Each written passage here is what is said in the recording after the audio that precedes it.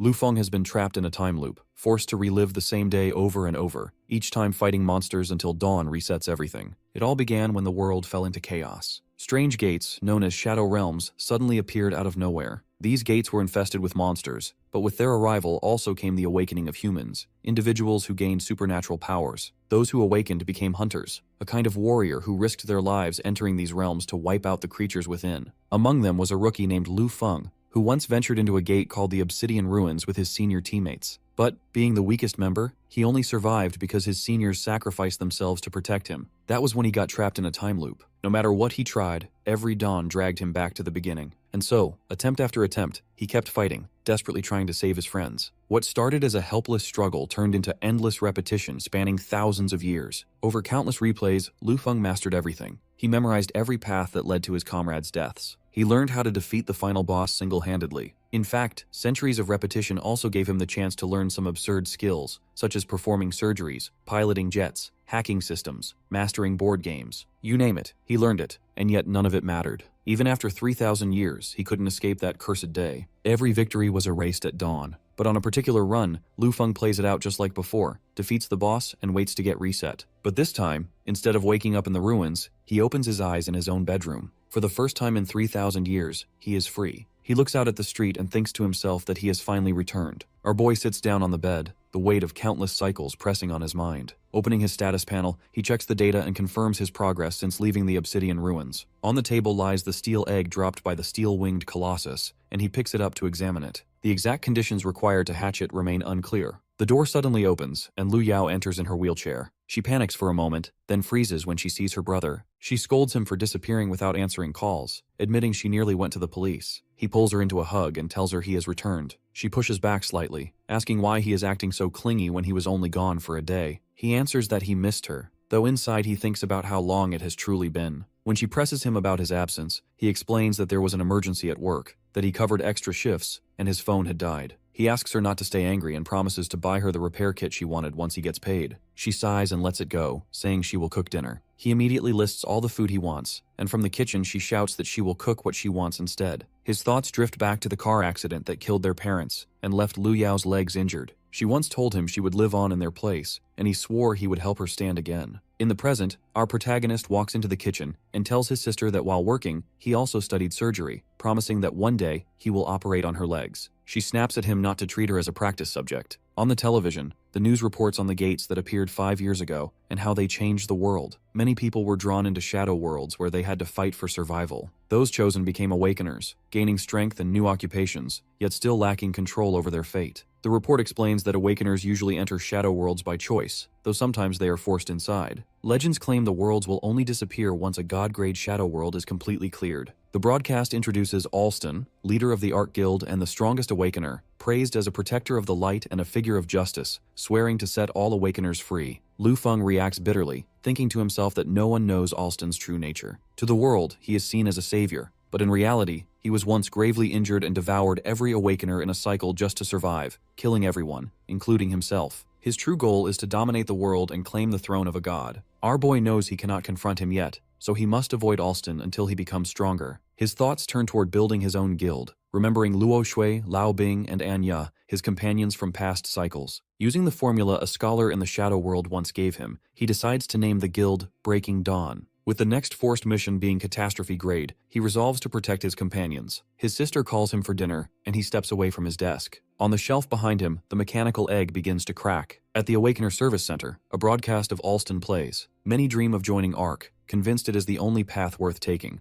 while some laugh at the idea of forming new guilds since they believe only ARC can guarantee safety and glory. Lu Feng stands at the counter and asks to register his own guild. His level 9 status sparks disbelief and mockery since founders are usually top awakeners far above his level. The clerk warns him that he must provide an item from an A-class world to prove his eligibility. Whispers spread that he is wasting his time and that a rookie like him could never qualify. Our protagonist places the mechanical egg on the counter, an S-class treasure. The clerk accepts it and begins the registration while he instructs her that it must be stored below 0 degrees Celsius. However, she also warns that unless 3 awakeners join within 36 hours, the registration will fail and his deposit will be lost. The guild registration begins, and Lu Feng names it Breaking Dawn, before sending invitations to Luo Shui, Xiaya, Anya, and others. Their names appear in the system, and he vows to bring them together no matter what it takes. Meanwhile, far away in the London Kendo Center, one of his invitations reaches its recipient. At the Kendo Hall, Luo Shui finishes her practice and checks her phone. She recalls his words and calls him a liar. Elsewhere, in her office, Anya ends a meeting and sees the request. She glances at it, recognizes the name, and calls it boring. During a convoy, Zhao Haishan warns soldiers to handle Shadow World equipment carefully. His phone buzzes and he also rejects the invitation. On the street, our boy reads the rejection and decides to secure 3 others first. Somewhere else, thugs rush past, shouting for their boss lady. Shaya stands over an already beaten man, declaring her loyalty to her crew and refusing to let outsiders push them around. The man rises and opens fire with bullets, but she halts them mid-air with a casual command. With a wave, she reverses the barrage, sending the storm back into her attackers. After that, she throws the man into the wall and vows destruction if her people are bothered again. She smiles faintly until Lu Feng speaks from behind, scolding her for constant trouble. Narrowing her eyes, she asks who he is. He answers simply that he has come to invite her to join Breaking Dawn. Xiaya mocks the idea of a level 9 rookie forming a guild, and her men laugh, insisting he prove himself before daring to invite their boss. The hero steps forward and strikes out with a straight fist. The blast tears through the alley, tossing everything aside in a single shockwave. Her eyes widen. He explains that repetition and mastery can make even the simplest strike devastating. She answers with a psychic burst, hurling debris and bullets in a violent wave, but our protagonist slips through and closes in at impossible speed. Stopping behind her, he tells her she is too slow. Shaya recovers and accuses him of winning with a cheap trick, so he proposes a fairer match using only psychic powers. He points to rows of cans and sets the bet that whoever knocks down more wins. She agrees and steps forward. Shaya unleashes her psychic burst, scattering cans across the ground. Calmly, Lu Feng closes his eyes, then opens them as he activates psychic interference. Every can falls. He reminds them that even simple skills can shine when mastered. Impressed, she concedes and asks to be taught that technique. He agrees and promises to make her a psychic queen. As he turns away, he lifts a hand in farewell and welcomes her to Breaking Dawn. Lu Feng pushes open the door and calls out for Lu Yao, but inside the house, dinner is already neatly set on the table. He notices a note left there, and a faint smile crosses his face. While he eats alone, his phone rings, and when he checks, he sees a message from Ling Yu. She explains that her acceptance into the guild is only to repay the debt of him saving her, and that it will only be temporary. He replies that the assassin's path is not suited for her, but she cuts him off and warns him not to contact her for trivial reasons before setting her device aside. Our boy studies her words for a moment and silently vows not to let her remain in darkness. Then he opens the guild status to check, finding that only 2 members have joined so far, and that time is running short. With only 4 hours left, he decides who the 3rd candidate must be. Rain pours into a narrow alley where a boy lies on the ground. A group of men walk up to him, mocking him for never fighting back even though he has been robbed so many times before. They call him a rascal and even suggest selling him off. He trembles and covers his head as painful memories of being bullied by classmates resurface. Darkness begins to stir inside him as red energy seeps out of his body. The aura bursts forth and shadows twist into a monstrous form while the boy, Li Shujun, begs himself not to lose control. A giant beast silhouette rises, and in panic the bullies strike out, but the beast devours one of them instantly. The survivors stagger back as they realize a monster now stands before them. The shadow beast tears free and chaos erupts as people scatter in terror. It smashes through buildings, ripping concrete apart. Shujun is flung helplessly and clutches his head, but the beast continues its rampage. Civilians scream that the nightmare fox is losing control, and a girl pleads with a man nearby to stop it. He only shakes his head, saying he is just a rookie with no class, powerless against a demon beast of this level. Suddenly, a sharp, piercing sound cuts through the air and the creature's glowing eyes lock onto it. Our protagonist stands firm on top of a streetlight while the nightmare fox looms before him. The monster lunges, but every strike misses as its claws slice only empty air, unable to touch him. Onlookers wonder how a rookie survives what seasoned fighters could not. Lu Feng moves with practiced precision, slipping through each attack. The nightmare fox thrashes in rage, but he remains unshaken. He knows its strength will only grow fiercer if left unchecked, so he darts forward and draws the beast after him. It roars as the chase begins. Shujun shouts for him to run, but instead, the rookie grabs him and holds him tightly as the nightmare fox towers above. He orders the shadows to disperse, and the dark energy flows back into Shujun's body. The boy gasps in relief, thinking the beast still recognizes him, but Lu Feng corrects him, explaining that the demon beast is not separate from him. It is him. Shujun stares in shock as realization dawns that the monster is part of himself. Memories return of his first encounter in the shadow world when the power had split from him at level 1. The guild founder explains that the more he tries to suppress it, the more violent it becomes. Shujun trembles as he asks if the demon that killed so many was truly him, and Lu Feng answers that he is an irregular awakener, rare and dangerous, and if he cannot learn control, he could one day destroy the entire city. He reminds him that he is still a good kid, someone who admires heroes like Alston because he dreams of being one himself. Shikun demands an explanation. Our boy tells him that they have survived countless perils together, and that he trusts him once more. He invites Shujun to join his guild and promises to teach him control, and Shujun finally agrees to follow him. At the gate of a D-class shadow world, a squad gets ready, but 2 members are missing, so the leader calls for recruits. Lu Feng steps up and asks to join, arriving with Xia at his side. The leader looks her over and accepts her strength, but scoffs at the idea of letting in a level 9 rookie, refusing him right away. Xia immediately steps forward and declares she won't enter without her boss. The crowd stirs when a level 24 psychic calls a rookie her leader, and though reluctant, they finally allow both of them to join. Moments later, the portal swirls open.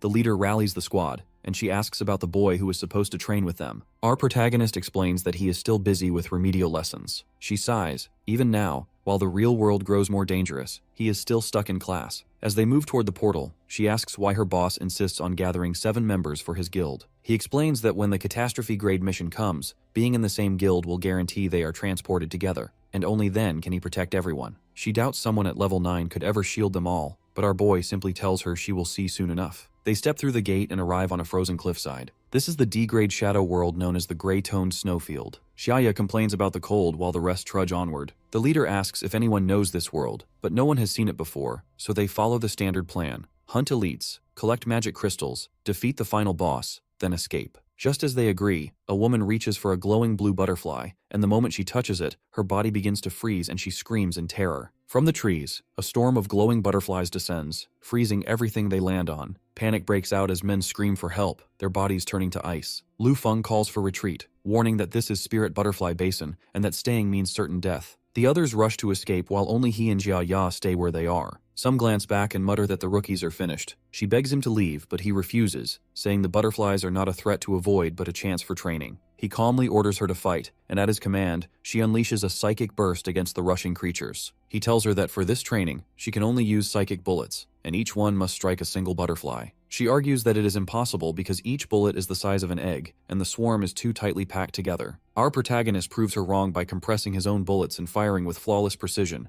every shot hitting clean. Xia is left stunned by the accuracy. He explains that shrinking bullets down to the size of rice grains will sharpen her control, and that speed, angle, and strength must all be carefully calculated with each shot. She snaps that it is not as simple as he makes it sound. He then sets her task, 2,000 butterflies to kill, with every extra accidental hit also added to her total. She calls it nonsense, but he stretches, says he is tired, and goes to sleep. Xia watches him walk away, and standing alone before the endless swarm, she wonders if she can really handle it by herself. Xia flails under the storm of butterflies, shouting that she wants to go home. Our boy gives her a potion and tells her to drink it, so she does. The liquid spreads through her, and she realizes the butterflies no longer swarm around her body heat. She wonders if it is invisibility, but he explains it is only an F-class heat blocker meant to hide her presence while she trains. She asks if he prepared this knowing they would come to the gray-toned snowfield, and adds that shadow gates only reveal the grade, not the world inside. He tells her to keep training. The protagonist mutters that after 3,000 years of repetition, he has memorized nearly every formula and secret of the shadow worlds. She struggles and shouts that even thousands of years would never make her capable. Glaring at him, Xia curses, not believing he truly lived 3,000 years. Somewhere else, bodies lie scattered, and the survivors wonder why the death toll in a D-class world is so high. Their leader explains that ice attribute creatures are hard to deal with. A swarm of red mantises burst from the trees and he warns everyone to be careful. One of them looms enormous, its scythes glowing red. The group fights, but the horde does not end as the mantises tear through them, their numbers overwhelming the survivors. A giant red mantis crashes down and slashes men apart, and the leader's eyes widen as he realizes it is an elite void ripper. Xia finishes her strike and cheers that she succeeded, but when she turns to share it, she sees Lu Feng is gone. She mutters that he must have another reason for entering this world. The survivors stand surrounded by mantises as a pink-haired girl watches nervously while the leader fights on, but the monster kills him too. A claw swings down toward the girl as she shields her face, and before it lands, our protagonist steps in and kills it with a slash. The swarm rushes him, but his strikes cut through them cleanly. The The girl stares wide-eyed, realizing this is the same rookie everyone dismissed. Lu Feng presses forward and kills another mantis with a single blow. The girl thanks him, but he turns away in silence. Dropping the mantis head from the cliff, he watches it vanish into the depths below while she stands behind him. She asks what he is doing, and a hiss rises from the shadows as something stirs beneath the ice-covered rocks. A snowfield giant centipede bursts out, and she stares in shock, realizing he has drawn out the final boss. Our boy steps forward and states that there are two, as the ground splits open and another enormous centipede emerges. Lu Feng shouts for retreat as the snowfield giant centipede bursts through the cliff. The ground splits wider as another centipede rises beside it, both of them hissing loudly. The pink-haired girl asks what they should do. Our boy looks up at the towering creatures and tells her that if she wants to live, then she should run. She shouts back, begging him not to do anything reckless. The centipede's face lowers close, ice spreading across its body as sharp spikes form while it roars. Snow blasts around them as he swings, his blade cleaving through a storm of ice shards. The monster thrashes, jagged spikes crashing down, but he slips past each strike. He counters sharply, his sword cutting into the armored hide as shards explode outward and the beast rears back, roaring in pain. Planting his foot, our protagonist dashes forward as the centipede lunges, rows of fangs snapping, but he drives straight into its path and cuts upward through its scales. From the cliffside, the pink-haired girl mutters in disbelief, wondering if the rookie has lost his mind, while he presses in with his sword raised for another strike. He slams his blade down, energy bursting across the creature's armored head, and its body thrashes through the snow. Clinging to its carapace, the boy cuts deep, sparks scattering until the monster crashes hard against the ground. Both centipedes slam down at once. The earth shakes beneath the girl's feet and she mutters again in disbelief, calling him insane. The beast hisses, its massive body twisting through falling snow as our protagonist clings to its back. He roars and plunges his blade down with brutal force, dragging a red line of energy along its armored spine. The monster thrashes violently while the strike tears across its full length until it finally crashes into the abyss with a thunderous impact. From the wreckage, a glowing sword rises, the Sword of Frost Event. The system declares it a B-class item, granting the skill Freeze, which can slow or immobilize enemies. Lu Feng stands on the body. A system window appears announcing that the final boss of the Grey-Tone Snowfield has been killed, and another follows, saying all Awakeners will be transported back in 1 minute. The pink-haired girl yells in shock that the rookie actually did it. Elsewhere, Xiaya groans that she still has 15 left to defeat. The portal opens and our boy steps out with the two girls. Onlookers react in surprise that only 3 people survived, while Xiaya mutters that she nearly finished her test. He tells her she is qualified and will grow stronger in the next shadow world. She asks if they are heading into another right away,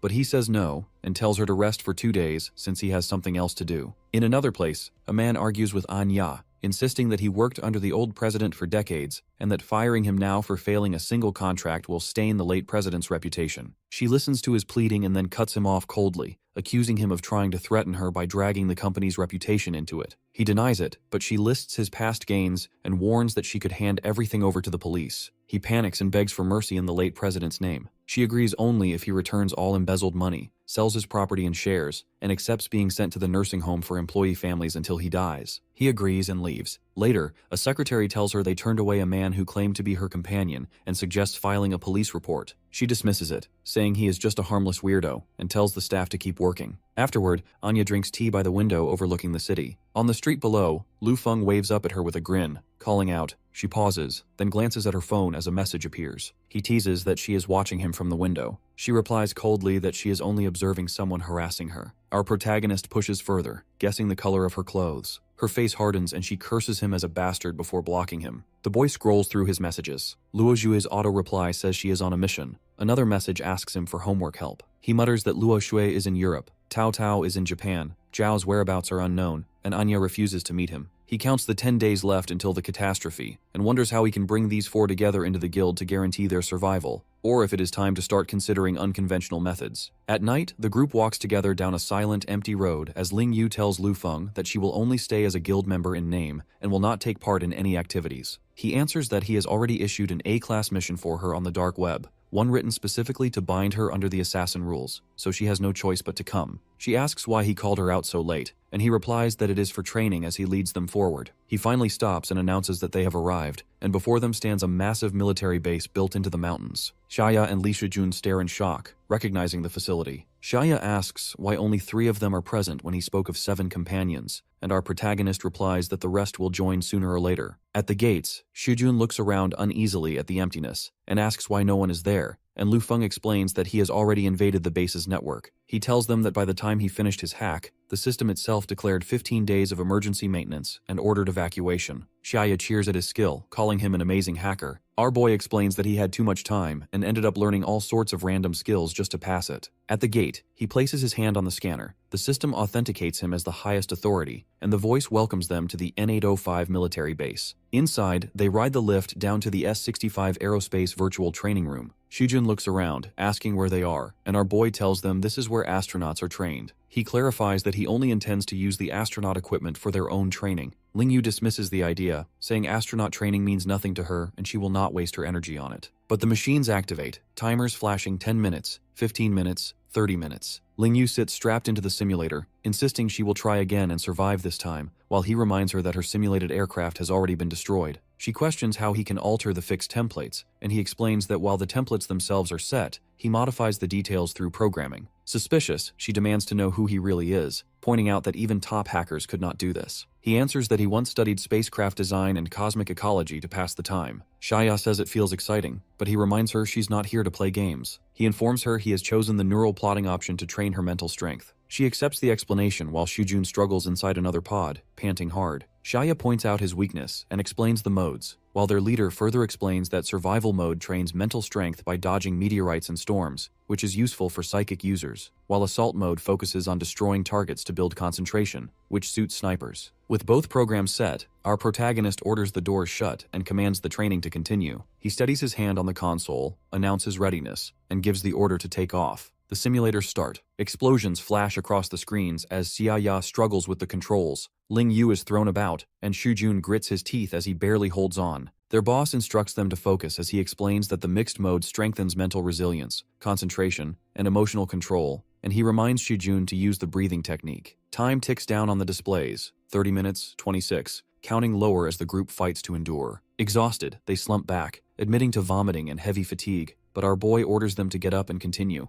They admit he is relentless, but he only smiles faintly and tells them he is merciful compared to what awaits in the coming catastrophe-grade shadow world. 1 week later, inside the S-17 medical room, the group floats in recovery liquid while Ling Yu steps outside and adjusts her uniform just as Lu Feng enters, telling her that since she has the strongest recovery ability, it is time to test the results of her training. She heads into the S-35 Aerospace Virtual Battlefield. From the control room above, our protagonist gives the signal, and the system announces the examination has begun. A gate bursts open, and a horde of mechanical beasts charges toward her, their glowing eyes locked on her position. Ling Yu narrows her eyes as she senses their approach, then spins her weapons up and fires streams of bullets that tear through the first wave. Explosions ripple across the arena as she calls for more enemies to come closer. The machines roar in response and suddenly shift into double speed mode. She steadies her stance. Clashing with the swarm, she kicks one beast aside and continues shooting while flipping through the air, raining fire down. She notes their speed has doubled. From above, our boy praises her but remarks that he still needs to adjust her heart rate. Inside the S-26 gravity room, Xia hops easily between floating spheres,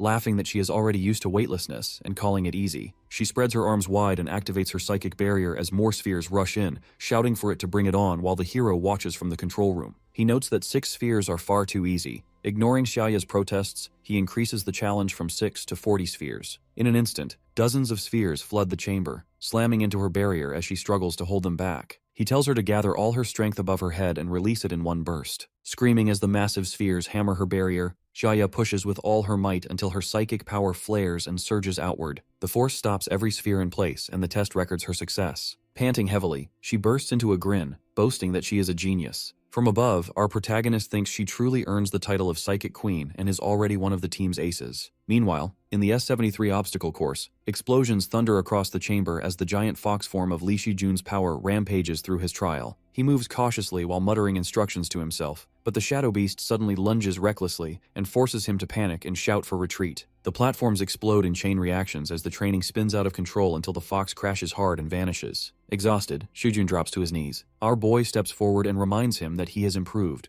control lasting 3 full minutes. Shujun insists that 3 minutes is far too short, that with such little time, survival is impossible. The hero answers that even 3 seconds of control can be enough to decide a battle if the power itself is devastating, and he reaches out his hand as he declares that Shujun has passed his test too. Outside the fortress, Lu Feng gathers everyone and announces that training is officially over, then tells them to rest. Xiaya stretches eagerly, saying she wants to fight real people again. while Ling Yu and Shujun groan at the thought of the homework waiting for them. Looking ahead, our protagonist plans to use the next 3 days to grow stronger before the catastrophe-grade shadow world begins. Lu Feng lies in bed sleeping when his phone rings, and he lazily answers, only to be scolded by his sister, furious about what he did yesterday. She yells she'll never let him cover her shifts again, asking why he meddled with everyone's work. Our protagonist just laughs it off, saying he had nothing better to do. She angrily calls him a bastard and warns him never to show up at her workplace again before the call cuts off. Sighing, he mutters that his sister is never satisfied. The boy stretches on the bed as another notification appears. A message from Taauo reminds him of their homework deal, and he refuses at first, saying he needs to level up in shadow worlds. She presses him,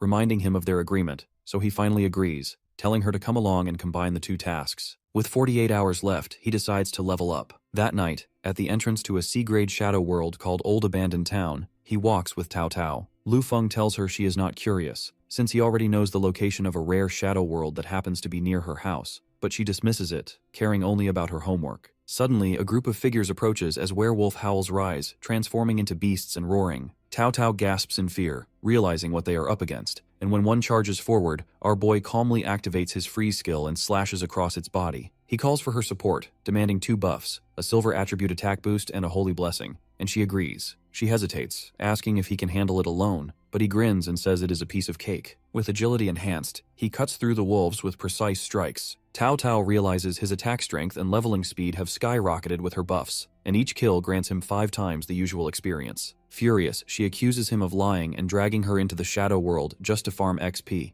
but he denies deceiving her, claiming he meant to help with her homework too, and saying she can ask now. She throws a question at him, demanding an explanation, but he tells her to solve it herself. Frustrated, Taauo calls him a liar again but still provides acceleration buffs when he asks. His body begins to glow with enhanced holy power. After clearing the area, our protagonist stops at the edge of a cliff overlooking a gathering of robed figures below. He tells her they have arrived and explains that the skeleton mages below give more experience than the werewolves, letting him level faster. She asks his goal and he answers level 21. Shocked, she warns him that the higher he goes, the more time it will take, asking if he plans to stay a week. He replies he has only 24 hours. She calls it impossible and insists no one levels that quickly, saying it will at least take a week. Ignoring her disbelief, he requests 3 buffs: Holy Blessing, Light Attribute Attack, and Lightning Speed. Taauo frowns, realizing he has forgotten about her homework, and complains that she could not solve it despite trying for a long time, asking him for help. Lu Feng promises to answer right away as he leaps from the cliff before she can react. He lands among the skeleton mages, and as their magic charges, his blade cleaves through the incoming spells, scattering them. He slices one apart and swings wide, cutting through multiple enemies. The skeletons counter with surging waves of violet magic, but he pushes in, striking again and cutting through their formation. He dashes through the battlefield as arcs of energy slice across the skeleton mages, then leaps high and comes down in a clean strike that tears through their defenses. His level jumps from 15 to 16. Taauo glares, thinking he is lying again and accusing him of skipping the homework. He shouts back for her to look at the cliff, and she notices glowing blue formulas etched into the rock face. Realizing what he has done, she yells at him, calling him a weirdo. Lu Feng stands over the pile of fallen skeleton mages as the system announces his rise to level 17. He tells Taauo that gaining experience here will only get harder and urges her to move on. She protests, saying the final boss is still alive, though even defeating it won't get him close to level 21. Our protagonist only answers that she will understand soon and asks her for 2 movement buffs. Annoyed, she refuses at first, reminding him that she is here for homework, not to be used. They reach Headless, a graveyard littered with skulls and twisted trees. Taauo keeps typing on her device as she works through a problem,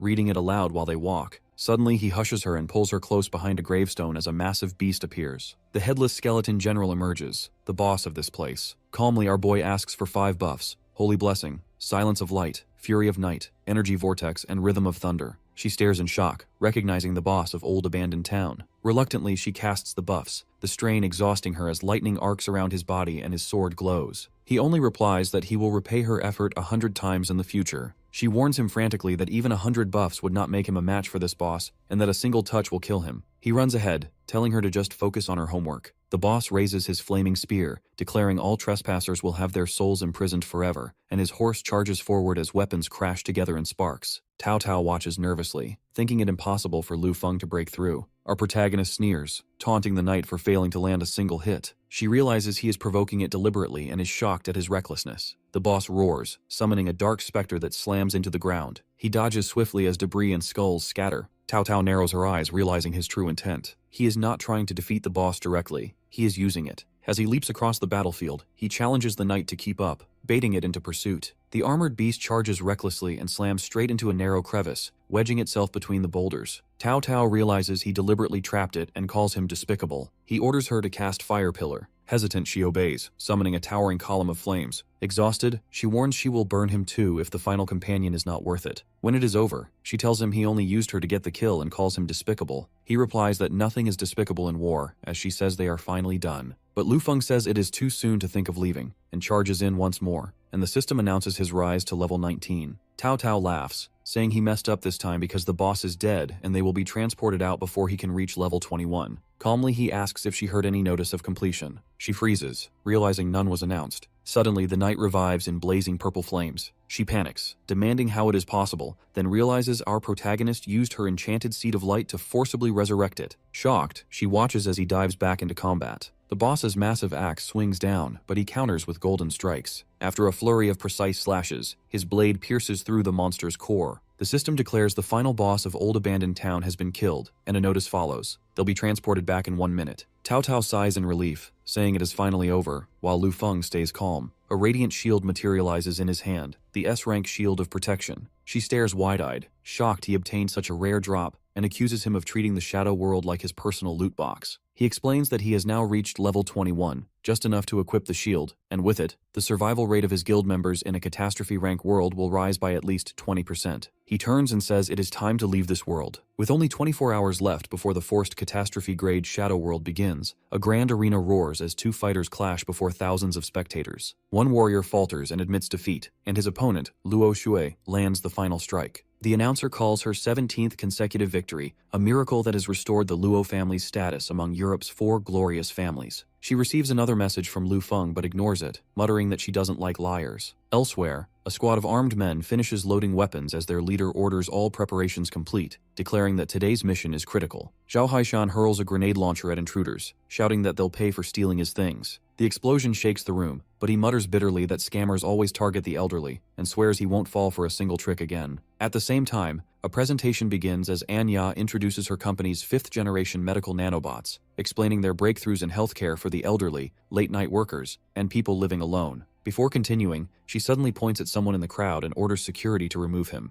It is our boy, and guards drag him away as he protests loudly. An observer wonders why the president always recognizes this same weirdo immediately, and if her repeated encounters with him are starting to affect her. The countdown ticks lower until only 3 hours remain before the catastrophe-grade shadow world begins. Our protagonist gathers his guild members on a video call, his face tired from a press conference. Taauo fiddles with her phone until he scolds her, warning that what he is about to say could determine their survival. He explains they have 3 hours before being forcibly transported into a random shadow world. At best, it could be catastrophe grade B rank, more likely A rank, and if unlucky, even S rank. Shock spreads among the group as they imagine the danger. He lays down strict rules, telling them never to stray more than 50 meters from him and always to stay alert outside designated safe zones. When asked about the 3 missing members, he says fate has not brought them together yet. Taauo pouts and calls him a horrible old man, and he replies that a child should not poke their nose into matters that don't concern them. Zhao gazes at an old photograph of his unit as the final minute before transport ticks away. He checks his screen and realizes he has joined the Breaking Dawn Guild. Cursing his age, he admits mistakes come easier with the years. Somewhere else, Luo Shui stares at her notification in disbelief, realizing she too has somehow been pulled into the same guild. In a high-rise office, Anya frowns as her own system message appears and quickly deduces that Lu Feng hacked the Shadow World system itself, forcibly binding her to Breaking Dawn. The countdown races toward 10 seconds as Taauo shouts at him for being evil, pointing out that no one can leave a guild for 5 minutes after joining. He only smiles faintly, and thanks her for the compliment as the numbers tick down to 8 seconds. Our protagonist stands firm and announces that the forced transfer is about to begin, urging everyone to prepare. The numbers tick down to 1, then 0, and he vows to bring them all back alive this time. Light engulfs Taauo, Shujun, Lingyu, Luo Shui, Anya, Zhao Haishan, and Xiaya as each is pulled into the same world. They arrive together with weapons ready. Luo Shui snaps at him for dragging them in with such underhanded tricks, while Zhao grumbles at the familiar faces. Anya cuts them off, telling them to focus forward as the catastrophe-grade shadow world unfolds before them. The group materializes above a ruined city, half engulfed in flames, and the other half frozen solid in ice. Shujun stares and asks what this place is.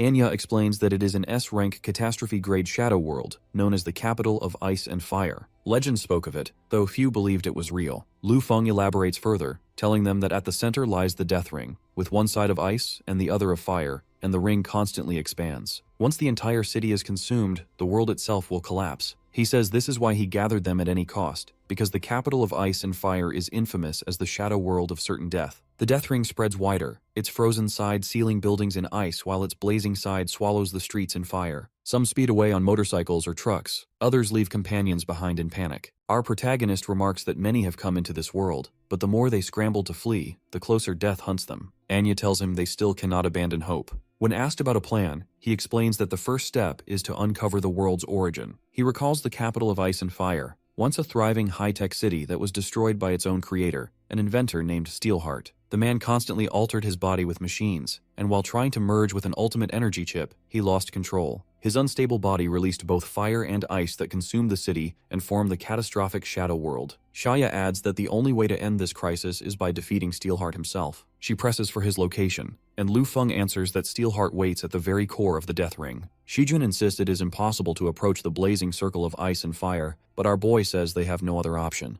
Luo Hui refuses to trust him and declares she has her own plan. As she turns to leave with Anya, someone grabs her shoulder and stops her. She tries to break away, but the rookie blocks her path, declaring that no one can go more than 50 meters from him in this shadow world. Furious, she demands a reason, but he insists it is the only way to ensure survival. When she threatens to walk out regardless, he warns that he will strike her down and drag her along if he must. Luo Shui draws her blade, vowing not to be looked down on, and he responds that he has never underestimated her, but he cannot afford to lose her. Anya steps between them, ordering both to stop. Fighting among themselves, she says, will only doom them faster. For now, they must follow Lu Feng into the circle of ice and fire. Luo Shui reluctantly agrees, while Anya mutters that she will hold him accountable if he wastes their time. Taauo sits tapping on her phone, saying she is enjoying herself. She asks why Zhao Haishan is drinking, and he laughs, shouting that it is time to fight. Our protagonist then takes the lead, declaring he will not allow anyone to die under his watch, and the group follows him into the burning streets. Anya questions why he chose the fire zone instead of the ice, and he explains that the frozen terrain would slow their steps too much to keep everyone safe. Though the flames are severe, they are still the safer path. As the heat bears down, mummified figures crawl out from the fire. The hero tells the others to rest and assures them he has his ways. Then he draws his blades and charges into the inferno. He cuts down the burning mummies, and strange chips fall from their bodies. Anya examines one and realizes it is a fire-deterring chip, proof the monsters were created through technology. She explains that with these chips, they can move through the flames safely, but only for 3 minutes at a time. Lu Feng quickly calculates that the death ring expands every 30 minutes, and after 4 expansions, the world will collapse. Taauo points out that leaves just 2 hours, and for 8 people to survive, they need 320 chips. She mutters it is cruel to make a child work, but he tells her to stop fooling around. More monsters suddenly appear from the fire, and Luo Shui warns everyone to stay alert. Our protagonist calls Taauo for a group buff. She nods, lifts her staff, and begins channeling support magic as the team prepares. The group charges forward under Tao's glowing buffs. Joe roars that only the strongest drink belongs in battles. The mummified monsters surge, but the team pushes back hard. Anya slices a clear path. Luo Shui fights alongside her with blades flashing, and Ling Yu asks for her next target, calling the guildmaster by title. She tears through enemies and throws their remains into the fire. The squad fights deeper into the burning zone, their coordination sharpening with every strike. Shujun trembles, and Shaya warns him harshly not to lose control. Our boy cuts through more foes and reminds everyone there are only 15 minutes until the death ring expands again.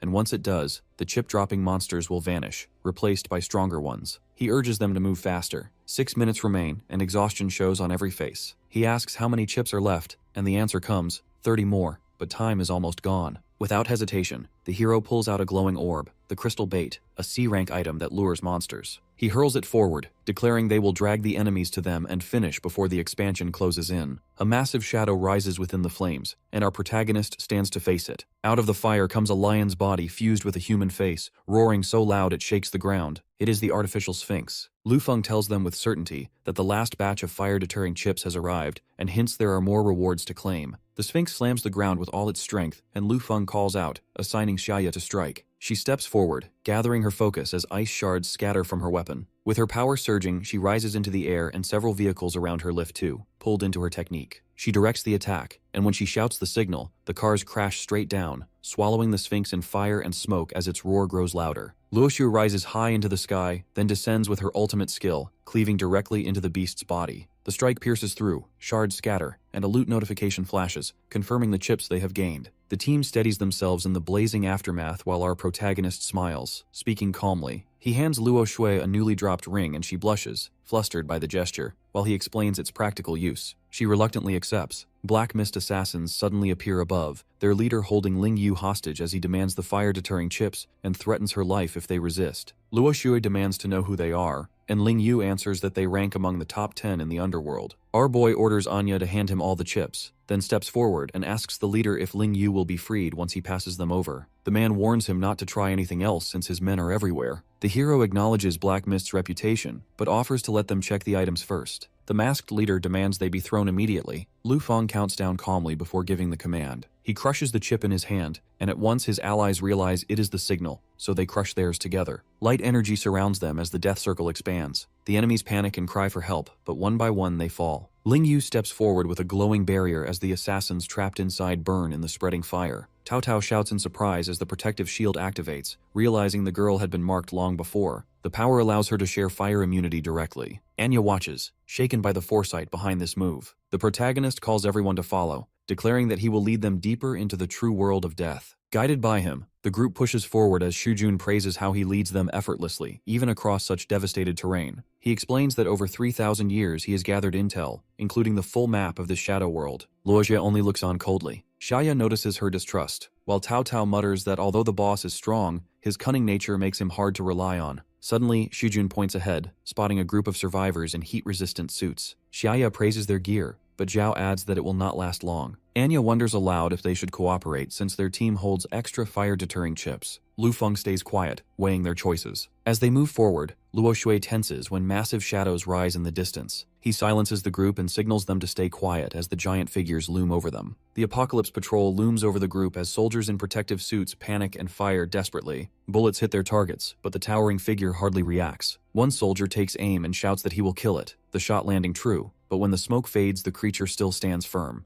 More of the massive beings advance and strike down with devastating force. Xia stares in shock as the others murmur in fear. Lu Feng explains calmly that the Apocalypse Patrol are nearly immortal, hitmen of the shadow world, and that facing them directly only means certain death. He orders the group to rush toward the Death Ring's center, while our protagonist diverts the monsters alone. When Luo Xue insists on going with him, he knocks her unconscious, calling her too stubborn to listen. He readies the group, telling them to take care of one another, then steps forward by himself. Taauo begs him not to die, but our boy answers firmly that survival is non-negotiable. He then charges ahead, drawing the towering monsters toward him. The others seize the chance to retreat, though worry lingers as they see the beasts surrounding him. Some hold on to confidence that he will endure, while Luo Shui moves her hand slightly. The monsters strike, but Lu Feng meets them head-on, dodging their massive blows and slashing with precision. Though the creatures regenerate, he smirks, knowing even 10 seconds of delay is enough for his plan. The giants swing wildly and he waits patiently until one misses wide. Then he dashes forward, stomps on his sword to launch himself upward, and lands on the giant. His blade cuts clean, forcing the monster to stagger back. The others thrash in chaos, striking each other as our protagonist presses harder. One collapses into a building and he prepares to take advantage while they are distracted. He leaps to grab the wall ahead but realizes he will fall short, until Luo Shui grabs his arm mid-fall, ordering him not to let go as she yanks him up. They land together and catch their breath. He stares at her, demanding to know why she came. She glares back, saying she is not weak and will not just be sheltered, that she will fight beside those who matter, protecting and being protected in turn. His eyes flicker at her words, but when she presses, she covers it up by calling them comrades. Remembering their battles together, the young man lowers his gaze. She stares, bewildered, asking what he finds funny, but he only lunges forward, seizing her waist and pulling her close as a blazing strike cuts past them. Together they tumble hard to the ground. She starts to speak, but before the moment can settle, the giants descend again through the flames. He carries her tightly, apologizing that she was not much help and saying he had found other ways to survive even without her. He calls her his goddess but warns she must listen next time. Flustered, she snaps back in denial, but another fiery strike cuts between them before more can be said.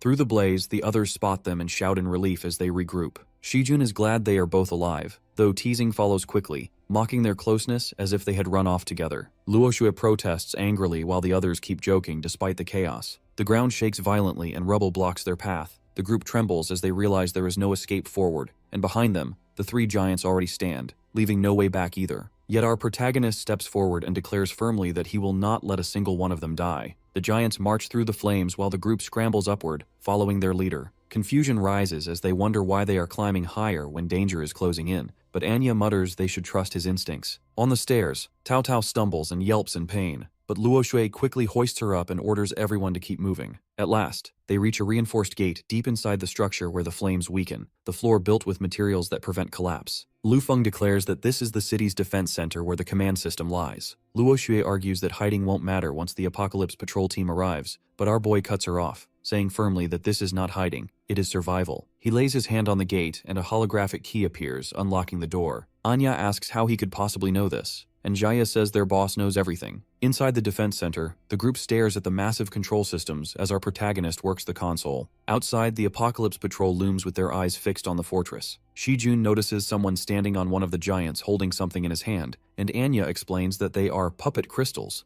rare S-rank consumables that allow total control over puppet-type beings. The enemy is using them to command the Apocalypse patrol. The group realizes these are not mindless monsters but controlled weapons, directed by the masked man from earlier, and they will not stop until revenge is taken for their fallen. Lu Feng assures them the fortress can transform into a mechanical stronghold that the giants cannot breach. He then calls Taauo forward and tells her to follow his instructions carefully. She protests, overwhelmed, but he insists she can do it. Outside, enemy guild members gather with their leader gripping a glowing crystal and vowing to make the rookies pay for killing their vice guild leader. Steam hisses as the mechanism activates, and outside, the masked leader stares in shock, realizing too late what is coming. A thick fog gushes out, blinding the towering Anubis giants. Our protagonist steps into the haze and orders Taauo to maintain the fog, declaring that it is his turn now. In the smokescreen, he darts between the giants, slashing with precision and forcing them back before they can react. Lu Feng leaps out as the masked leader snarls, gripping his crystal as he accuses the group of a cowardly sneak attack and swears death upon them. With a roar, he swings his weapon down, unleashing his ultimate skill, the Scythe of Judgment, aiming straight for our boy. The scythe crashes down, but a golden barrier bursts to life around him, the shield of protection,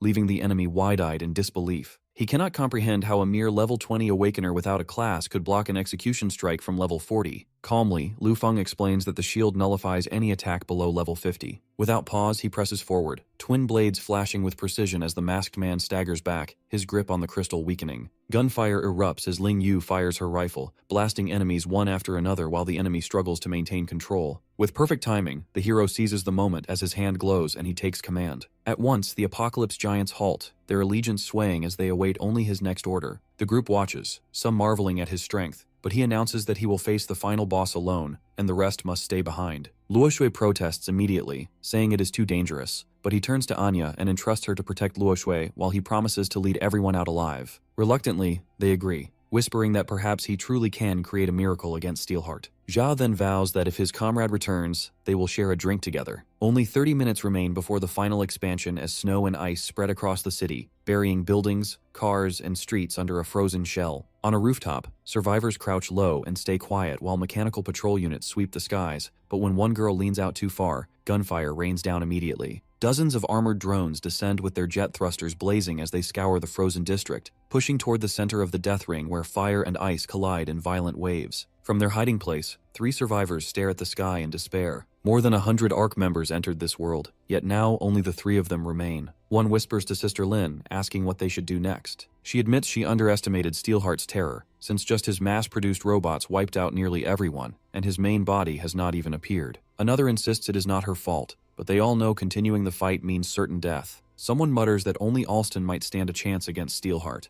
and with the final expansion so close, they resign themselves, saying they already tried their best and the apocalypse cannot be stopped. Suddenly, the ground trembles as Apocalypse patrol units gather near the tower, leaving the survivors confused. They fear Steelheart is about to wipe out the last Awakeners, but instead the giant guardians crash into his mechanical army. Explosions light up the sky while swarms of machines clash with the towering figures. The survivors watch in disbelief as they spot Lu Feng standing between the giants with a crystal in his hand, the same rookie from Black Ruin City who defeated the final boss there. Warning sirens blare as Steelheart's automated defenses activate, releasing wave after wave of drones into the sky. Robots and patrol giants collide, beams and missiles streaking across the battlefield while every swing of the Guardians scatters machines apart. From cover, the 3 realize the tide is shifting. Though nearly 2/3 of the patrol giants are lost, the mass-produced robots lie destroyed. They wonder how our boy became so powerful in such a short time. He was barely level 10 before, yet now he commands this kind of might. One whispers that he is still only level 21, a rookie daring to stand against Steelheart himself. The giants advance toward the tower while inside the control room, his allies watch. The final battle is about to begin, and they stand together, telling their boss that he has this. The controlled giants march in formation as our protagonist leads them to the Sky Tower's base, ordering them to strike its foundation and bring Steelheart down. They obey, their weapons pounding the base as explosions tear through the lower floors until the massive tower begins to collapse. Steelheart's chamber bursts apart and his augmented body rises from the wreckage, eyes burning. He roars at the interruption, declaring that weak mortals have no right to disrupt his evolution, and his scream shakes the battlefield as he vows to kill every last one of them.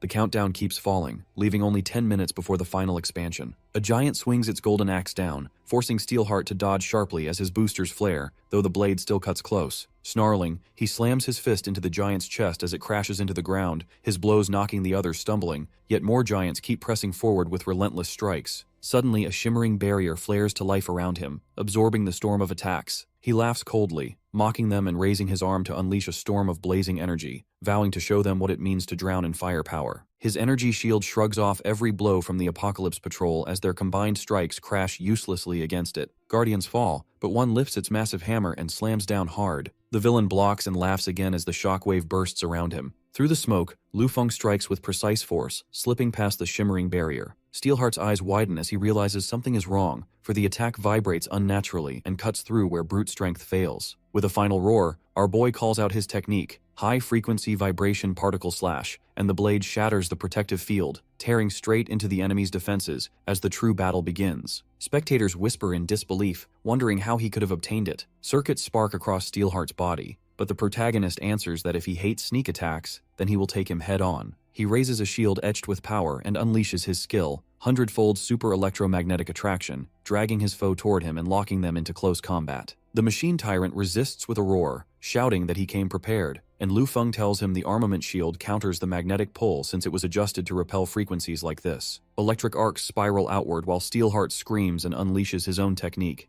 Electric arc storm burst, red and blue lightning colliding in a storm of destruction as their powers smash against each other. Sneering through the storm, he mocks the weakness of every strike, but our protagonist raises a single finger skyward and promises one last gift. A glow erupts above as the air trembles and orbital cannons align. The cyborg looks up, watching deadly crosshairs form in the sky before beams lance downward. The impact hurls him into the ground, tearing his body apart. Yet his systems roar back to life, energy recovery surging as he commands a full-body restoration. As the dust clears, Lu Feng still stands unbroken, the burning arcs of the star rail cannon poised high above, showing the fight is far from finished. Red rings spread across the burning city and panic sweeps the group, for Steelheart can restore himself endlessly as long as energy remains. A countdown begins with only 1 minute left. The foe declares victory, boasting that the death ring will engulf all life except his own. Power surges through his frame as he roars that everyone else is doomed. Our boy stays calm, holding a glowing relic in his hand as he speaks of its incubation in the world of flames, and says it is now time for it to take the stage. From the sky descends a massive form, the boss once sealed in Black Ruin City, and observers gasp as they realize this is his hidden trump card. Steelheart lunges in rage with jets firing, but the Colossus counters instantly, blades and cannons shredding through the air and overwhelming him. Caught in its barrage, the machine screams. The countdown ticks down as seconds remain, and he thrashes violently while sparks burst from his failing body. The city trembles under the blazing rings of the final expansion as allies watch in desperation, praying the plan will work. Lu Feng gives the order and the steel-winged Colossus surges forward, its claws piercing through and locking onto the core. With a final wrench, it tears the energy source free as the timer strikes 3 seconds. Steelheart screams as his body collapses just before the countdown halts. The system's voice declares the final boss of the capital of fire and ice has been slain. Light engulfs the battlefield as survivors are marked for transport back. Exhausted, they try to process what just happened, realizing the Colossus absorbed the energy core and has become even more powerful than Steelheart ever was. Our protagonist walks steadily forward with the relic in hand, thinking the victory is only temporary, for the next forced entry into the shadow world will be a true trial of death. For their survival, he knows he must push them further and make them stronger no matter what it takes. Lu Feng checks his status screen, seeing that he has reached level 30, yet still has no set occupation.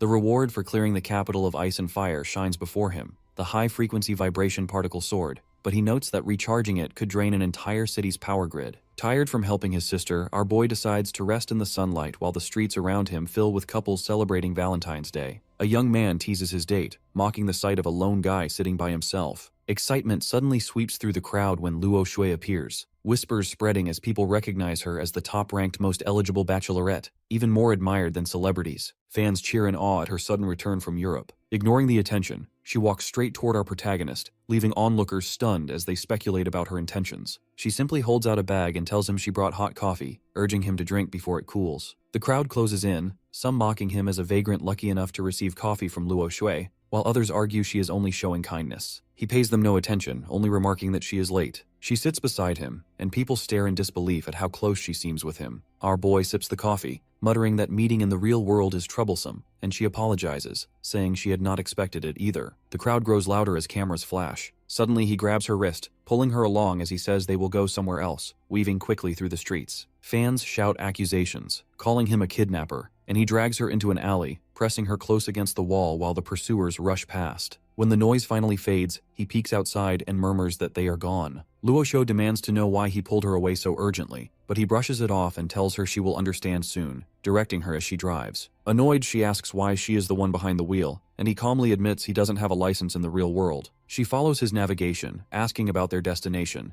and he explains it is a classmates gathering, asking her to act as his girlfriend for a short while. Shocked, she protests that she has never dated before, but he counters by pointing out that she has, and when she asks if he means in one of his countless cycles, he confirms it. He offers her a deal, telling her that if she plays the role, he will solve the flaw in her family's 5 consecutive slashes technique. Luoshu slams the brakes at a red light and glares, demanding proof. He promises to give her the solution once she finishes the task. He then asks her to say she chased him, begged him, and he finally gave in, urging her to practice at least once. Blushing, she hesitates, but eventually agrees. Sitting up straight, she practices by saying she shamelessly clung to him until he accepted. 2 pedestrians freeze when they see her driving with the protagonist sitting beside her. One curses in disbelief, while the other drops his phone in shock. The car finally pulls up in front of a towering futuristic center. Luoshu assumes this is his classmates' gathering, but he reveals it is actually Asia's largest Awakener exchange, where items from shadow worlds are traded and auctions are held. She is startled, realizing he only brought her because her identity grants him entry. He teases her disappointment, but she quickly denies it. Inside, murmurs ripple through the crowd at the sight of Goddess Luo walking in with someone at her side,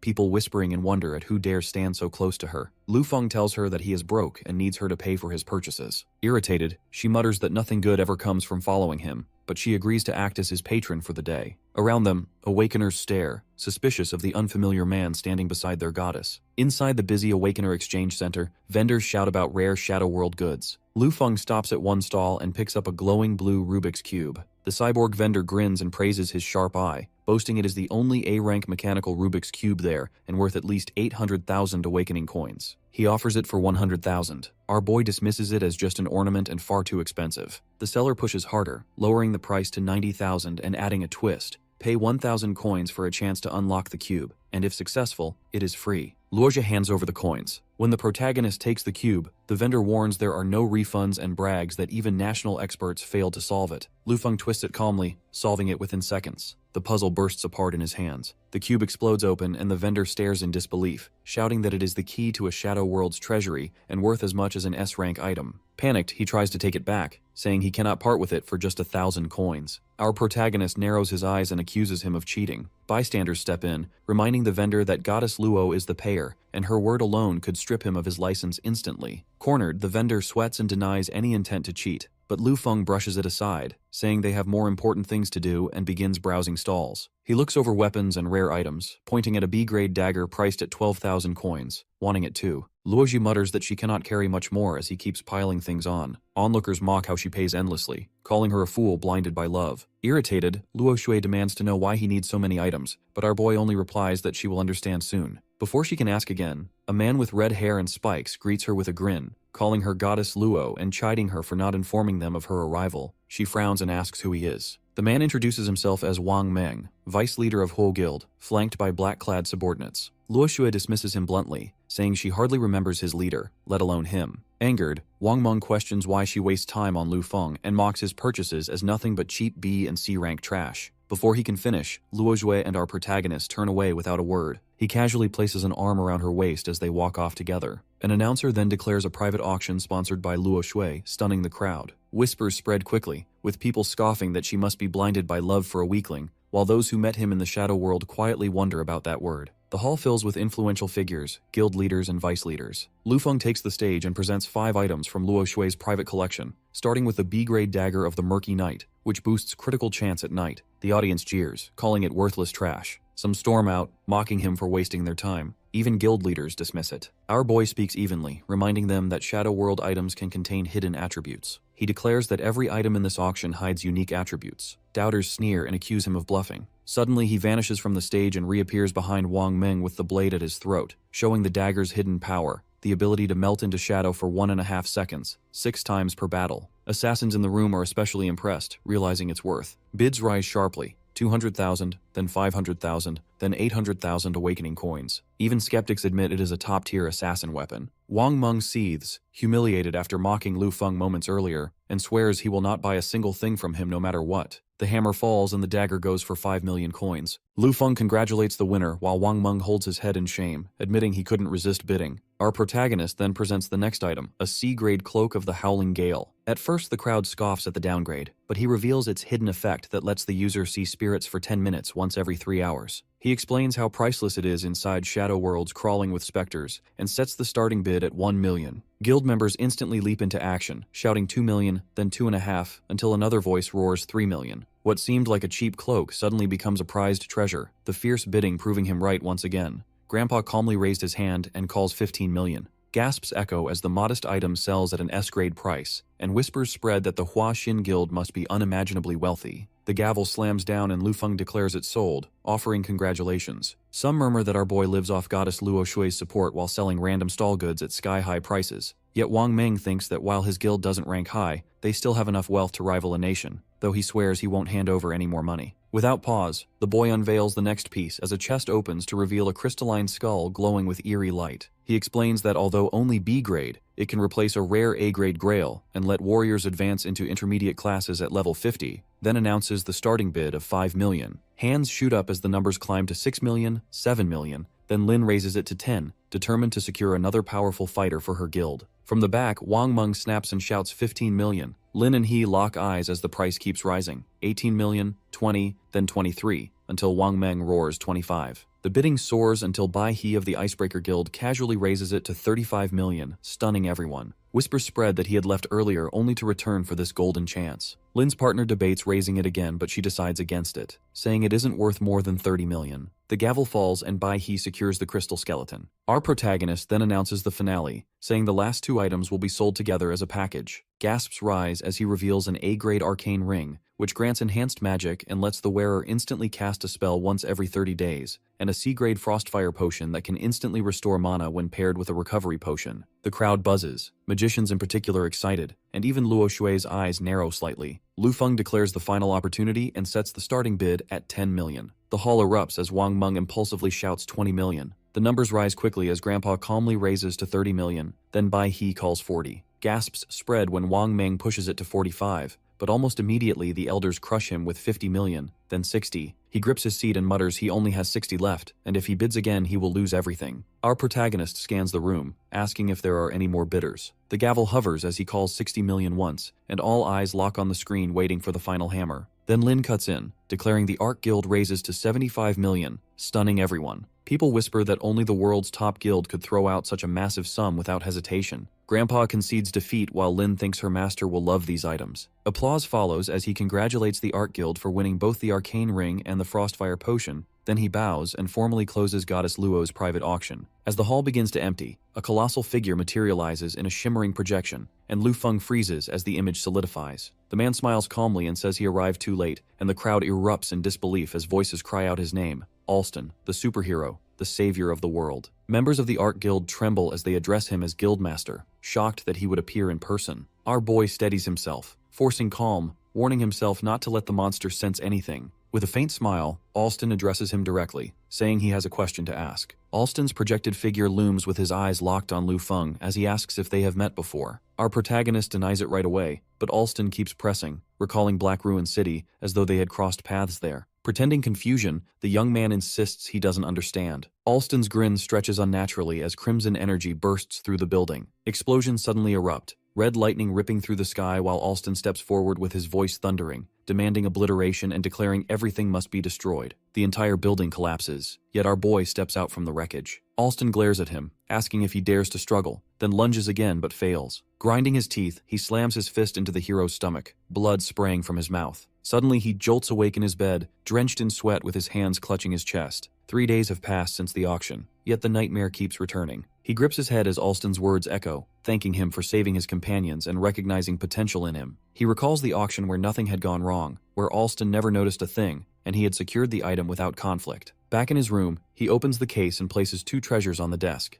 a charging device and a crystal. Studying the glowing shard, the protagonist remembers its true effect. Beyond just copying A-grade items, it can replicate any S-grade gadget he has ever used, making it priceless. Holding it close, he scrolls through his skills, panels of abilities floating before him, yet he knows the basics must be abandoned. At level 30, he has to choose a new path, because Alston's strength is overwhelming. To face a god and protect his companions, he must grow stronger at breakneck speed. Suddenly a message window opens with Taauo's voice thanking him for the soul-gathering ring, but then she realizes he secretly deducted coins from her account to pay for it. She curses him, while elsewhere Zhao laughs over his new gravity chip. Shujun examines a berserker crystal, its destructive madness making him wonder if using it might destroy the world. At the same time, Ling Yu studies a poison silencer, her cold reply arriving soon after that she received the gift but demands nothing else be sent. The call ends as a secretary informs our hero that President Anya is waiting outside and urges him to hurry. He jokes back that if he married her, the secretary would be the first to be fired. Soon after, he steps into the car where Anya sits, scolding that he is too slow. He retorts that she is the one who usually keeps people waiting and it was her turn to taste it,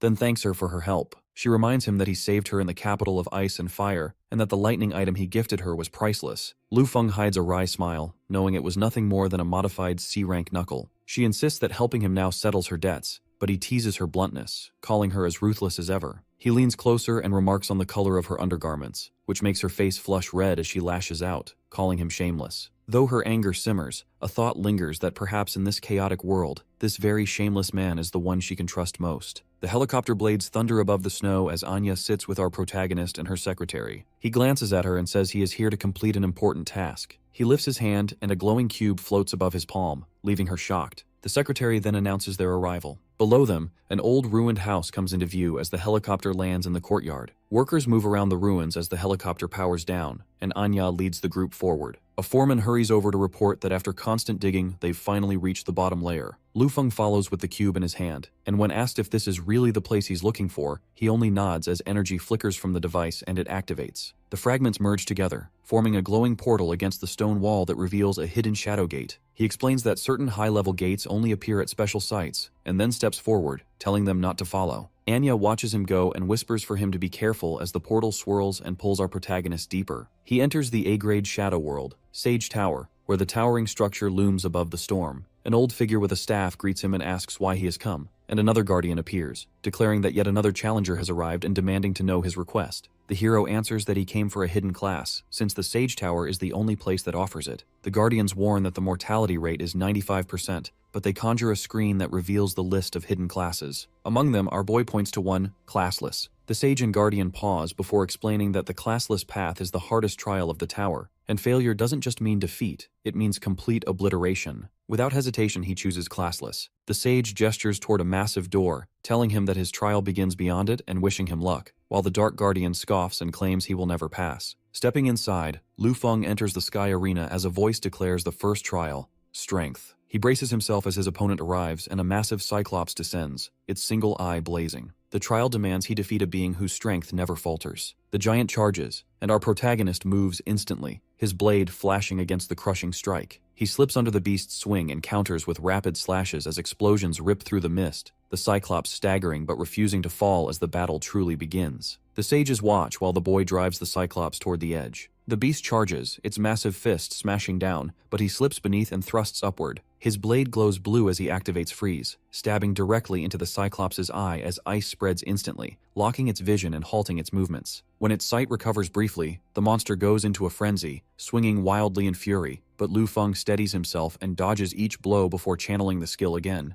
The arena shakes as he strikes, freezing the cyclops' body mid-charge. The towering beast crashes down hard. The system announces the trial of strength. Clear, as a new gate materializes ahead, swirling with light. The Dark Guardian admits he is surprised and calls his trick clever, though he doubts our boy can endure what lies ahead, while the sage says the later stages will demand pure strength. The arena shifts, and the trial of speed begins as a wind spirit named Sylph appears, its form flickering like air itself. The rules explain that Lu Feng must race it, and storms will crash down around the track if he ever falls behind. The countdown starts while the spectators whisper that Sylph can reach the speed of sound within seconds. As the trial begins, our protagonist draws his weapon and unleashes the high-frequency vibration particle slash, cutting cleanly through the foe. The Guardians gape in disbelief, arguing among themselves, but killing was not against the rules. Left alone on the track, he simply walks forward until he reaches the finish. The system announces the result, declaring the speed test cleared. The portal shifts again, bringing him into a glowing cube suspended above molten lava. This time, the Trial of Intelligence is announced, with 8 gates each hiding a puzzle taken from civilizations both ancient and modern, all to be solved within 15 minutes before the cube is swallowed by fire. The sages explain that each puzzle must be solved within 2 minutes, and failure could trigger disasters powerful enough to destroy entire cities. One challenge revealed is a 7-chain Rubik's Cube, a task requiring impossible precision and concentration. The Dark Guardian scoffs, saying no human could ever succeed, and that only a high-level awakener with a mystery solver profession has passed before. But the other sage counters that perhaps this awakener is different. The hourglass flips as the cube begins to sink, and the voice declares the trial begun. Our boy steps forward without hesitation, moving directly toward the hardest puzzle while the Dark Guardian laughs. Yet within seconds, he calmly works the 7-chain cube and another device at the same time. In just 46 seconds, the impossible puzzle is complete. Moments later, Pandora's box opens in little more than 2 minutes. At the 5-minute mark, the Rubik's Cube is solved, and by 10 minutes, all 8 puzzles are finished. The sages are stunned, whispering that he has broken every record. The Trial of Intelligence is declared complete, and he advances again without pause. One sage then asks the Dark Guardian if he still dares to bet on the next trial, since he swore he would turn into a dog if this boy succeeded. Bound by his own words, the Dark Guardian transforms into a black dog, growling that he won't change back until Lu Feng dies. The next stage begins as the trial of physique unfolds. Now the final trial looms. He steps into the last arena, where the trial of perception begins. Red eyes glow in the shadows, multiplying into an army of armored figures. The requirement is clear: defeat all the classes that exist within this shadow world. As the army rises, they march toward him. The army swarms overhead as Lu Feng runs through the forest, and the sages watching remark that no one could ever stand against all the classes at once, so escape seems the only path. Enemies give chase, shouting that the longer he runs, the worse his death will be. But our protagonist slips between the trees and vanishes from sight, leaving the pursuers confused as they search frantically, convinced he is still nearby. One of them steps on a hidden trigger, and an explosion erupts, engulfing several in flames, while others push forward only for electric pillars to surge to life, currents tearing through them and dropping them instantly. Explosions ripple through the forest as enemies are torn apart by hidden devices, with gravity bombs, Tesla coils, and sentry guns wiping out entire squads in seconds.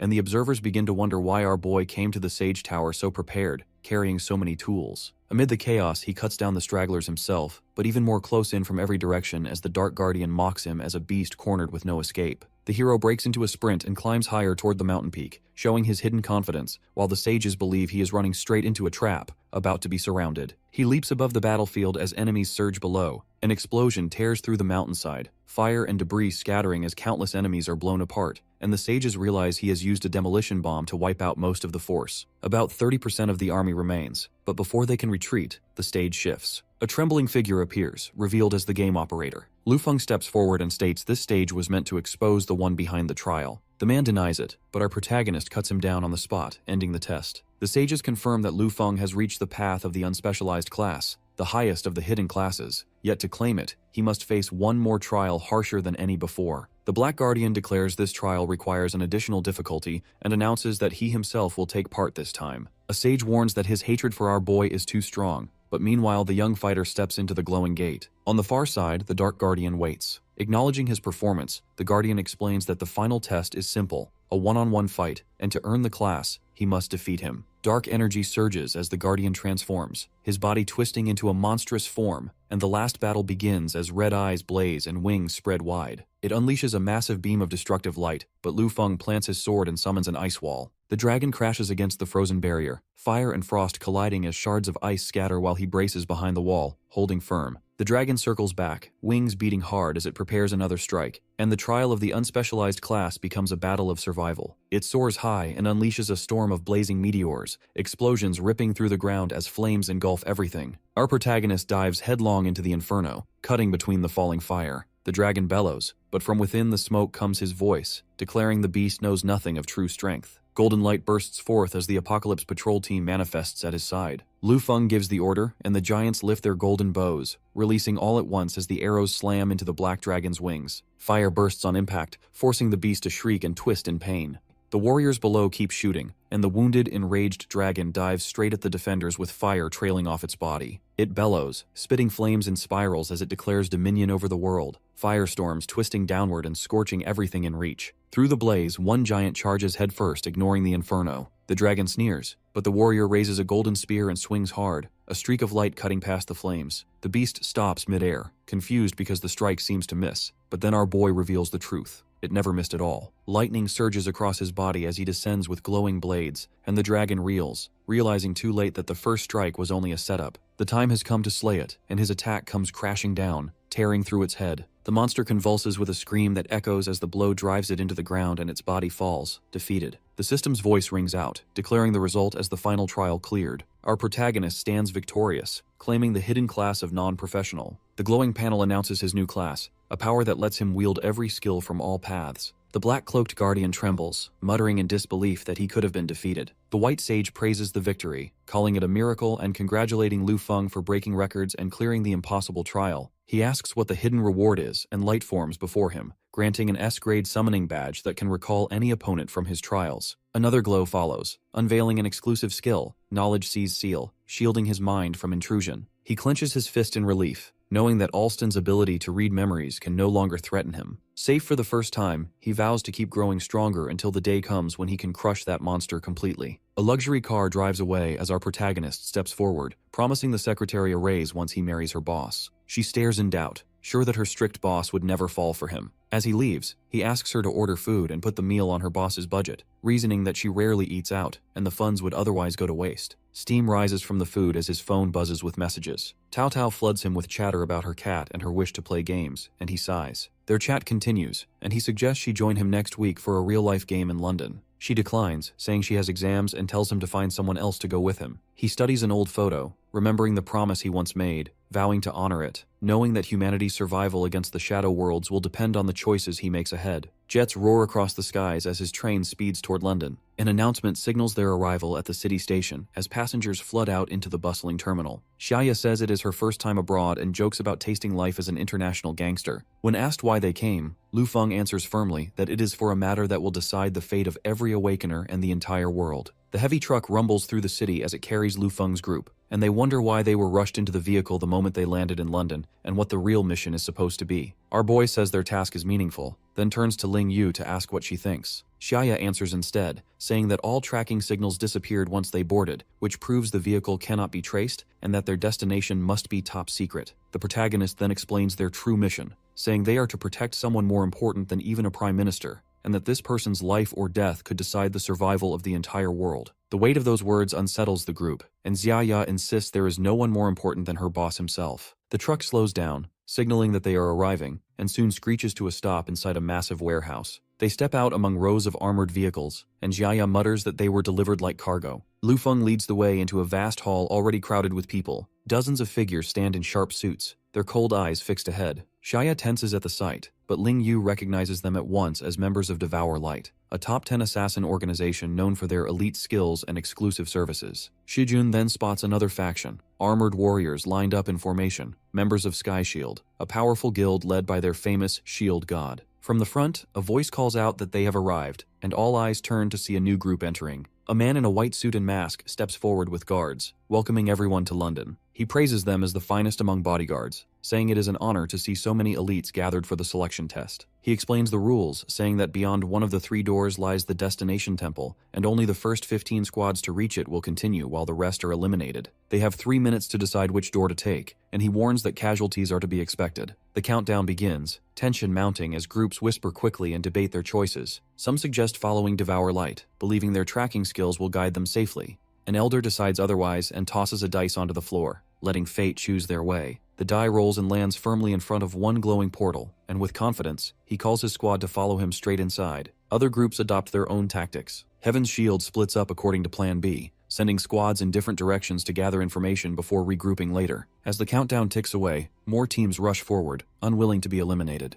Our protagonist's squad, however, stays back. His companions grow anxious about the time, but he remains calm and reveals he has been mapping the maze himself. Golden constructs glow in his hand as paths take shape in real time. Nanobots scatter ahead, scanning every corridor as they weave a holographic map of the labyrinth. His squad follows steadily while the others rush blindly. Shia still worries about the ticking clock, but he assures her the map is already complete. A vast projection of the maze appears before them, its sections constantly shifting. Lingyu notices at once that the maze is alive, rearranging itself endlessly. Our boy reassures them again, saying he has solved countless mazes before and will guide them no matter how it changes. His team places their trust in him. In the control room, examiners argue over whether his tactics count as cheating, but since there are no rules against it, they allow it, though they doubt whether outsiders with no bodyguard experience can endure the test. Meanwhile, the group steps through the portal. The maze proves merciless, springing traps from every corner. Massive boulders crush squads, walls of blades slice them apart, and searing lasers cut down the careless. Even the most skilled pathfinders struggle desperately to advance. One exhausted squad finally bursts through the last deadly corridor and cheers as they reach the temple's exit, believing themselves to be the first. But inside, Lu Feng's group is already there, calmly sitting in a circle playing cards. The arriving squad is struck with disbelief, unable to comprehend how the maze could have been cleared so quickly. One of them shouts angrily at his companion, saying he swore only gods could have done it before them. The protagonist smiles faintly and greets them, saying he is that god. The masked host congratulates the surviving teams and calls them up in reverse order based on when they arrived. Dragonfang, Saint Wing, and the others move ahead one by one, each entering the next stage. Our protagonist's group talks, and Xia makes Shujun nervous by saying the trials are arranged like a deathmatch, where the next team only enters after the one before is wiped out. Lu Feng reminds them that no one from his squad will die here. Before they can step forward, an older man walks up to Ling Yu and calls her by her codename, Zero. He mocks her for joining what he calls a ragtag group, saying she belongs with Devour Light instead. She answers him coldly, but he doesn't stop and offers her a place under their powerful banner. Our boy cuts him off, accusing the old man of trying to steal his people right in front of him. The man fires back, saying the only reason they won first place was through cheating, and warns that even with Zero, they will be eliminated soon. Devour Light threatens them and declares that they won't see them on this mission, but when it's over, they will settle things properly. The hero turns back to his team and reminds them no one can harm them. Then the announcer declares that the first team to reach the temple will now begin the next trial. As it starts, a light shines before them, revealing their protection target. It is an AI that guards the target's brain, but it can only be charged if they pass a test, and after that, they will need to protect its real body. The test begins as the AI asks about its situation, and the protagonist responds that her name is Aaron, an expert in developing and researching shadow worlds. By applying formulas drawn from those worlds, she can predict how they will change and how those changes affect reality. He explains that her funding came from the OC Consortium founded by her grandfather, whose support made her work possible. Aaron tests him further by asking what her grandfather's last words were, and Lu Feng recalls them perfectly. The man gave up everything, even his company shares, to continue Shadow World research because he believed Aaron's work would save the world. His last request was that she be protected and reminded that she is not a tool, but his beloved granddaughter. Aaron accepts the information, but then the orb suddenly glows red. The group is told they have failed, with reasons given, using outside help in the maze, revealing information under pressure, and most of all, being judged unfit to guard the AI's true body. The verdict is final, and they are rejected from the week-long mission. Then, without warning, the orb shifts and delivers another response. It glows half red and half blue and announces their success. Lu Feng explains that this is Aaron's true body, giving the final order after hearing his words. The AI realizes he predicted even the feedback loop between it and the main body, understanding he manipulated the exchange on purpose. Our protagonist says that he only needs to convince the human behind it, and the AI itself is nothing more than a tool. The orb admits he is someone it cannot understand. His team cheers, and Jaya says their boss is unmatched. Together they stride out of the chamber. Outside, everyone is stunned to see them still in the competition. Some wonder how amateurs with no industry background could have been chosen at all. The masked host silences them, saying the protection target itself chose them. Lu Feng states plainly that he only cares about finishing the mission and receiving his compensation, then asks for the debrief. The host explains their task, a week-long mission to guard the target,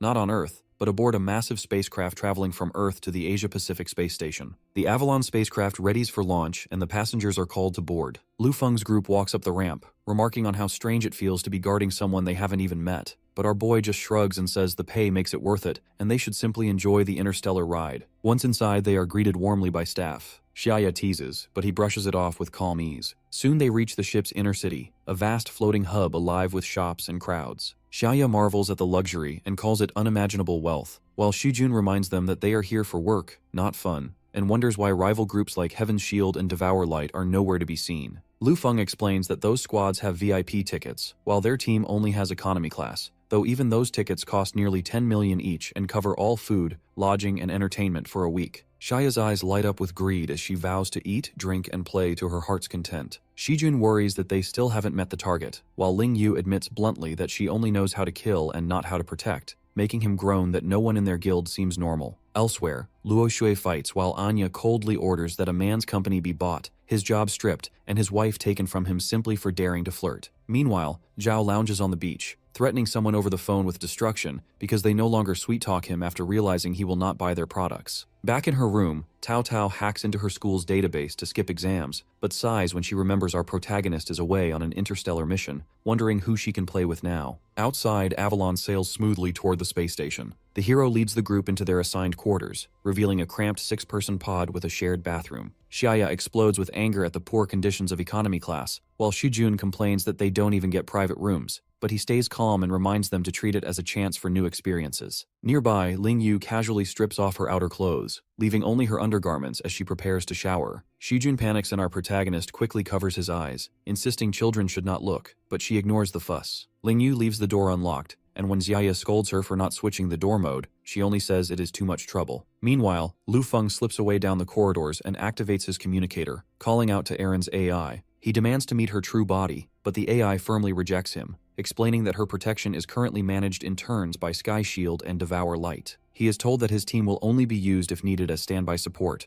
and until then, they must wait. Holding up the glowing cube, he suggests a deal, which the AI refuses at first, but he calmly explains the advantage of scanning everyone aboard to identify threats and raise Erin's chance of survival. The AI pauses, surprised that he bypassed Skynet's security alone. Our boy admits he can hack anything, but says he will not misuse it because the AI can shape the future, and he will only protect, not harm. Pressed by his reasoning, the AI finally concedes and agrees to grant him half an hour with its host. Later, when his team questions his sudden orders, he only tells them that they are going to meet the one they are protecting. They march down the corridor and come face to face with armored guards who mock breaking dawn as amateurs. The hero asks them to take a look at themselves, pointing out that their shift is ending early. Before things get heated, Xiaya steps in and tells them to move aside since rules are rules, and now they are all bodyguards here. At the final chamber, Lu Feng places his palm on the scanner. The door opens and they step inside together, where Erin sits waiting and tells them she has been expecting them. Erin remarks that they've arrived late, and Shujun praises her as the god of AI while Xiaya loudly insists that their boss is the true god instead. Erin cuts them off sharply, making it clear she despises shortcuts and only accepted their presence because of her grandfather's trust.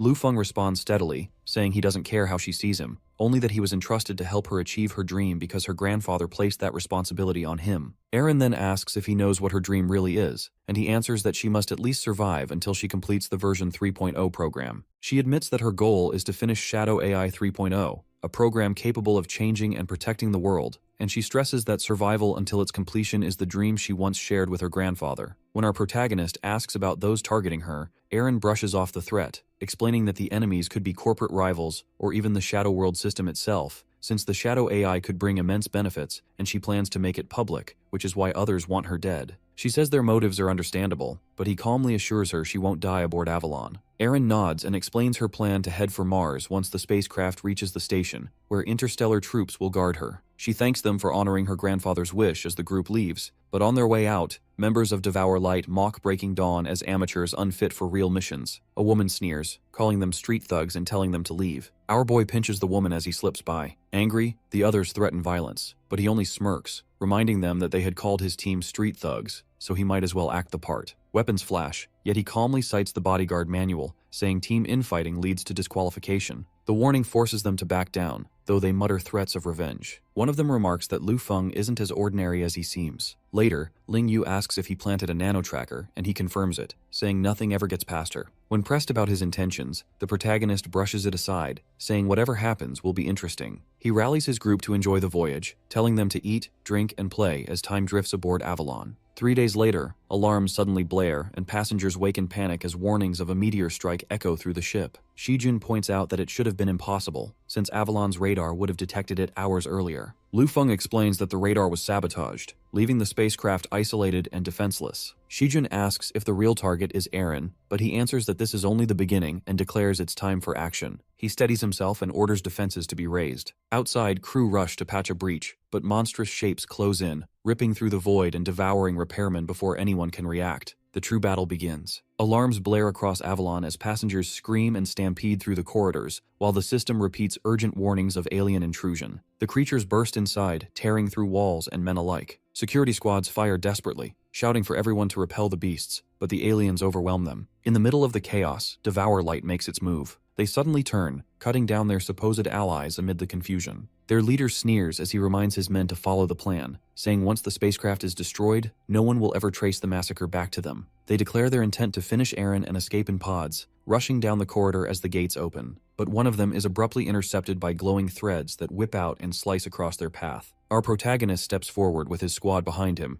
calm, greeting them with mock surprise and calling it quite the coincidence that they've run into each other again. The traitorous squad leader shouts in shock, demanding to know why Breaking Dawn is here, and Lu Feng calmly reveals that he tracked their movements, planted a nanospy, and even hypnotized them so they kept running in circles instead of reaching their target. With a snap of his fingers, he breaks the illusion and unleashes a dark beast that pins them down. The enemies panic and beg to negotiate, but our protagonist coldly orders their execution, then turns to Xiaya and instructs her to use their most lethal technique. She hesitates for a moment before obeying and activating intracranial explosion, her power surging as the traitors scream in terror, green light flaring across their foreheads and sealing their heads. Our boy ends the traitors swiftly and then leads his team forward, declaring that it is time to protect their mission target. Elsewhere on the ship, Eren hides with guards and soldiers while the hall already crawls with alien beasts. She steps on a can, and the sound draws every head toward her, and the monsters roar as they charge. The soldiers yell for retreat as Eren bolts with the horde closing in behind her, and just as claws reach for her, a blinding strike of energy slams into the floor and halts the swarm's pursuit in a flash. She turns to see Lu Feng's team arrive, and Xiaya says they made it in time as more aliens close in quickly. One teammate releases fire that cuts down the front line, while another sets up a barrier to block the rest, warning the creatures not to advance. Xiaya orders Shikun to take Eren away, and dark energy clears a path as she follows her guide toward the docking bay where an escape craft waits. They rush through the corridors, and Eren demands to know where his boss is. Shujun explains that he went to the bridge since the pilots were killed and the equipment destroyed, and she is surprised that he can repair a spacecraft. But Shujun says their leader called it simple, just switching circuits using backup systems. Before they can say more, a massive creature blocks their path, and Eren identifies it as the mother of the monsters. Shujun instantly summons Demon Wolf, dark energy forming the beast as it lunges forward and clashes with the monster in a brutal exchange. The wolf tears into the enemy, forcing it back and slamming the giant to the ground as the summoned beast dominates the fight. Nearby, Ling Yu unloads a heavy gun at the massive creature, but the bullets bounce off its thick hide. Xiaya mutters that its skin is too tough to pierce, then steps forward and says that if it cannot be damaged from outside, she will strike from within. She unleashes intracranial explosion, her power flaring and forcing the monster into a roar of pain, but blood trickles down her face while the beast thrashes violently and its tail lashes across the field as she struggles to hold on. The monster's tail sweeps across the battlefield and nearly crushes Eren, but our protagonist intercepts, pulling her back and cutting through the strike with his blade before slashing away the beast's other limbs in quick succession and saying it is safe. His squad regroups as Shujun calls out that they will leave the massive creature to him,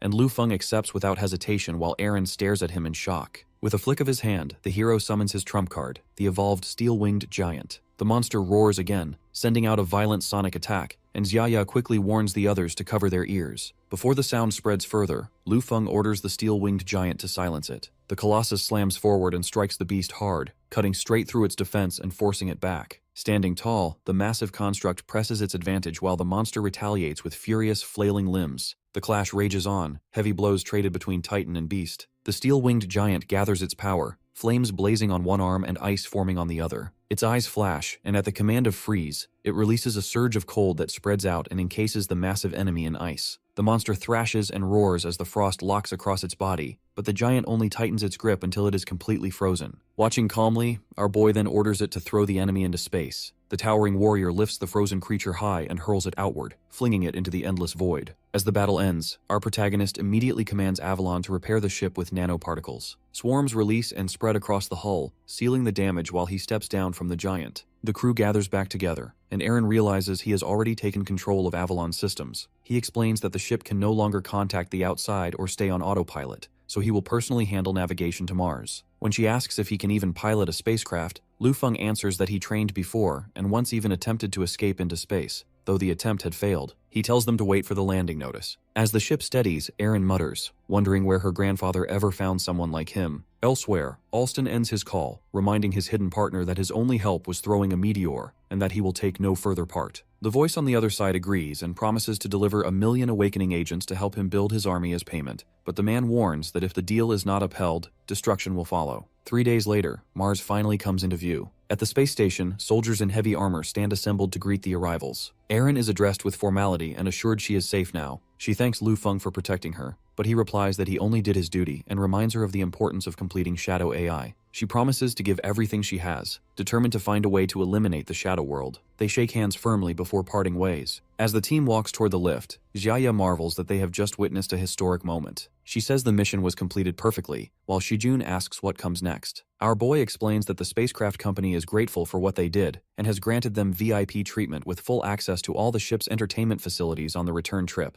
His teammates celebrate loudly, while Shujun watches them quietly. 10 days into the journey, Lu Feng receives a message from Ai Lin, warning him that the Shadow World AI has calculated the first city on Earth will be swallowed within a week, though the exact location remains uncertain. Our protagonist realizes the invasion is coming sooner than expected, and recalls how shadow gates had appeared before, luring people inside to fight and grow stronger, when in truth the shadow worlds themselves will descend, and monsters will spill forth to bring disaster. He admits he needs to grow stronger quickly. His status screen shows steady progress, yet survival now demands much more. Determined, our boy sets his next goal to obtain a powerful defensive artifact that can boost his odds against what is coming, and after some thought, he chooses which shadow world to challenge. In a parking lot, groups gather near a glowing portal, checking gear and preparing to enter. A luxury car rolls up and Anya steps out, urging the person inside to hurry. Lu Feng emerges casually. Onlookers whisper, mocking him as nothing more than a boy toy clinging to a CEO. Even surprised she roused him herself, until Anya reminds them he was the one who dragged her here. Awakeners step through the shimmering gate as she grumbles about why he insisted she come along to a D-rank shadow world, while our protagonist brushes her complaint aside. They pass into the D-rank shadow world, alien star ruins, where shifting sands stretch wide, and ruins with floating rocks hang beneath a red sky. The gathered crowd scatters quickly. A girl steadies herself as she surveys the endless desert, muttering about its challenges but noting it is not overly dangerous overall. Another awakener asks sharply what threats they face here, and she explains that the true danger is not the monsters, but the sandstorm that will soon roll in. She adds that if they can reach the massive ship in the south and survive there until noon tomorrow, the world's boss will perish under the blazing sun.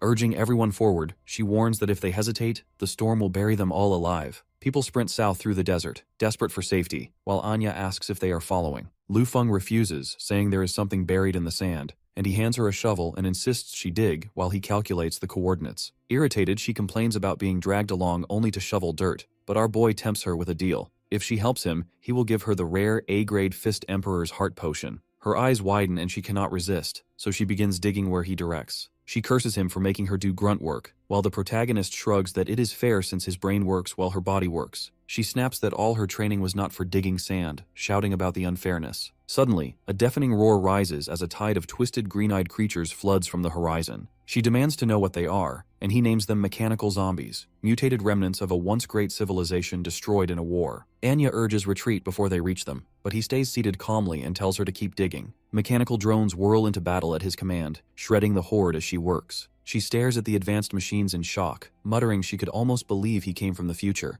but he only redirects her with orders for the next dig point. Exhausted, she stumbles through the sand, cursing him as a heartless capitalist exploiting her. She demands to know how long she must keep digging, but he ignores her protests. Frustrated, she yells his name, and our protagonist suddenly appears at her side asking why she is calling him so intimately. She snaps back that she would never miss him, shouting she thought something had happened. He tells her she has dug long enough, and now it is time for the next step. When she asks what comes next, Lu Feng studies the glowing map with calm focus, then points to the ground and declares the target is here. As waves of zombies swarm toward them, Anya stares in confusion and demands to know what it is, screaming why he would draw them all in, and demanding to know what exactly he is trying to do. Flames sweep across the sand as the zombies burn alive and fire devours everything in sight. The dunes crack apart ahead, and a massive ship rises out from beneath the desert. Anya stares wide-eyed and gasps, asking if he already knew it was here, and Lu Feng answers that he had made her dig to find its location. The ground trembles as a huge shadow rises, the boss of the shadow world towering over the wasteland, and our protagonist pulls her toward the buried vessel. At the hull, she struggles with the sealed door until he presses a glowing device against it, glances back, and tells her to watch her step as the blue light unlocks the entrance. They drop together through the glowing hatch, Anya landing against him. Flustered, she scrambles away and asks if he found what he was searching for. Our boy confirms he has, explaining their target is an X-rank armor, a top-grade defensive item. As they move through the dim corridors, he tells her there are 3 kinds of shadow worlds: infinite ones that repeat, hidden ones that appear only once, and limited ones that surface only a set number of times. He explains that the alien star ruins they are inside have already surfaced twice, and this is the 3rd and final time it will ever appear. Long ago, a suit of armor beyond any generation was built as humanity's only chance to fight back, but the ship that carried it was destroyed before it could be delivered, burying the artifact under this desert. Unable to defeat the mechanical race, mankind chose annihilation, ending the world itself, and so the armor was lost beneath the shifting sands for centuries. The pair push forward until the corridor opens into a vast chamber where a single pedestal glows at the center. Lu Feng stops and says they have arrived. Atop the stand rests a black cube, and Anya frowns, wondering why the armor looks like that. He explains it is a self-protection mechanism, its surface locked in shifting patterns that must be solved before activation. He lifts the cube and quickly works it out, blue light spreading through the chamber as the artifact hums to life. Outside, the buried ship awakens, its dormant system stirring once again. The cube shatters into fragments and the light converges, forming a towering black suit traced with glowing lines. Anya's eyes widen in shock as she realizes the ship itself is part of the battlesuit. The interface confirms it, an SSS-grade Venturous adaptive battlesuit, nearly indestructible and able to shift between modes from armor to spacecraft. She asks if anyone has ever claimed it before, and he tells her that one person did, but without the world boss's energy crystal, the armor is useless. The giant boss emerges fully, its presence turning the desert into a raging storm, and Anya panics, insisting they escape before it is too late. Our protagonist stays calm, a projection lighting up before him as he declares there is no need. The desert whirls violently as scorching heat spreads outward and sand twists around the artificial sun. He explains that it is a solar furnace stolen from Avalon, able to simulate the power of the sun, but he warns it needs time to activate. Anya realizes this is why he disappeared earlier. Far away, Awakeners in the observation hall panic as they see the sun rising in the night sky, unable to understand what is happening. The storm grows stronger, the world boss roaring against the blazing light, and then a golden crystal drifts down from the winds. Lu Feng catches it and presses the crystal into the chest of the waiting armor, beginning its activation. The golden crystal locks in place, the core glows, and the plates shift and seal, wrapping tightly around him until the full suit comes alive. Anya stares at him in awe.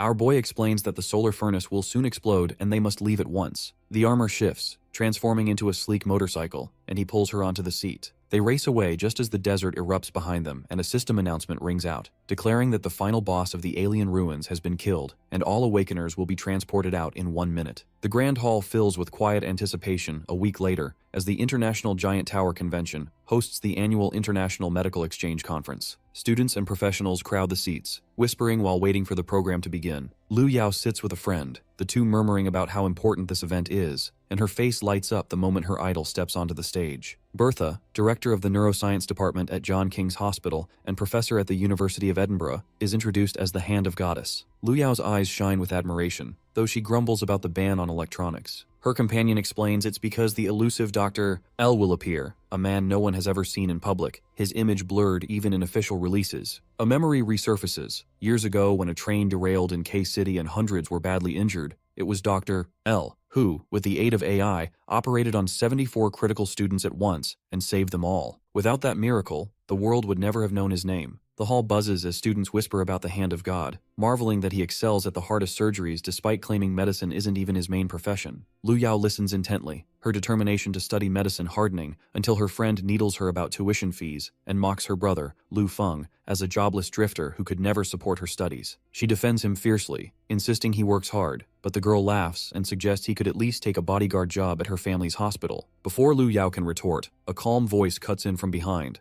Our protagonist stands there in a suit. Startled, Lu Yao blurts out in shock, asking why he's here. Her friend sneers, assuming he's just staff, but he replies evenly that he was invited to give the opening speech. Both freeze, unable to believe him, Lu Yao insisting he must be joking, and the other scoffing that even her father has no such privilege. At that moment, Director Sun Wendon of Jiang Hospital approaches, and the mocking friend eagerly begs her father to at least arrange a guard position for her brother, still oblivious. Then Sun Wendon drops to his knees before our boy, addressing him as Dr. L, and recalling how he once saved a high-ranking officer with brain surgery. He admits that without him, the Sun Medical Group would have collapsed. Lu Yao stares, frozen, as her brother's name becomes tied to the legendary surgeon, while Lu Feng brushes it off, saying he only found the case interesting and owes them nothing. From the stage, Bertha herself steps down, addressing him with profound respect and begging to be accepted as his student. She even pleads for his contact information, but he firmly refuses, saying he has no desire to take disciples. The announcement follows, summoning Dr. L to the stage. He turns to Lu Yao, promising to explain everything at home before walking up. Bertha rushes to Lu Yao, pleading for a way to reach him, while the mocking girl can only stand red-faced. The audience erupts in applause as our protagonist takes the podium. He opens by saying it is an honor to be there, then answers the organizer's question, why he chose medicine. His voice steadies as he declares it was only so he could perform surgery for his sister. Silence falls. He looks directly at Lu Yao, thanking her for supporting her useless brother all these years and telling her he loves her. Tears stream down her face as thunderous applause shakes the hall. Later, outside the venue, he quietly tells her he's preparing to operate once her rehabilitation is complete. He sighs about rushing there straight from 5 back-to-back surgeries and grumbles that doctors work even harder than awakeners. Exhausted, he checks his emails, only to find an urgent message from Aaron warning that Tokyo has been predicted as the first Shadow World invasion site within 24 hours. His expression darkens when he realizes the deadline has already passed. He bolts forward, desperately trying to call Taauo, but the line won't connect. News feeds confirm the horror. Tokyo is under siege, a shadow gate tearing open in the city as monsters pour through. Reporters declare it the first Shadow World invasion into humanity's world. Our protagonist swears Taauo must survive no matter what. Tokyo is burning as reporters stream live through their phones, explaining that the TV signal has vanished, and their phone broadcast won't last much longer. Above the city, giant yokai descend, with the Yamada no Orochi coiling around the skytree while its heads twist and writhe, and the Tengu spreads its huge wings over Ginza. In Akihabara, everything freezes solid as Yukiana sweeps through, turning entire blocks into ice, each of her steps spreading frost that traps fleeing civilians. Automated troops pour into the city while tanks and drones clash desperately with the yokai, gunfire and explosions shaking the streets as humanity's forces try to hold back the tide of monsters pouring out of the Shadow World. A reporter hides behind cover, his voice trembling as he wonders if they can really be saved. By the river,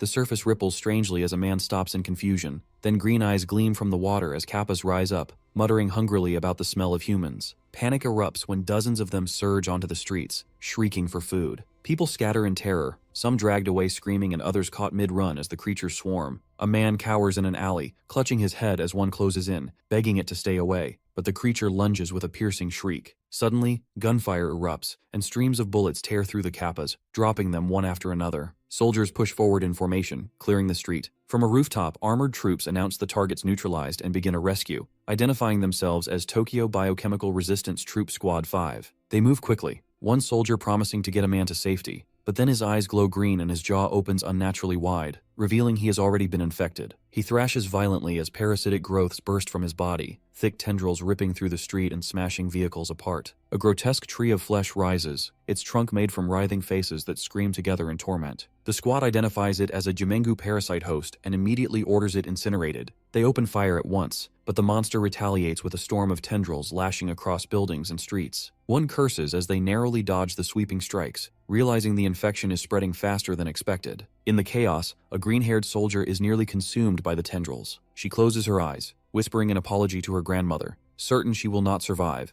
But at that moment, a blazing light slices through the swarm as someone shouts, "Incandescent blast." A hand reaches out and she seizes it, pulled onto the broom of Taauo, who urges her to hold on tight as they rise into the air. The two soar above the burning city while the shaken soldier looks back, whispering that everyone else has died. Taauo comforts her, promising they will both survive and see her grandmother again. The soldier thanks her, then asks where her grandmother lives. Taauo explains she had gone to New York on business and escaped the disaster, then sighs as she admits her boss once warned her of Catastrophe this year. He always came through when it mattered, even if he is now thousands of miles away. Her companion responds that if their own leader were here, escape would already be certain. Just then, a massive yokai appears ahead, a towering Joraguma with the body of a spider. The soldier warns that this area near the Shadow Gate swarms with such monsters, making their escape nearly impossible. She insists, however, that just 600 meters away lies an underground shelter, and if they can reach it, her captain, who is stronger than even these yokai, will surely come for them. Taauo nods softly, muttering that she hopes the iron-blooded captain truly does arrive soon. Winged yokai circle the towering skytree while down below a woman is seized in a massive hand,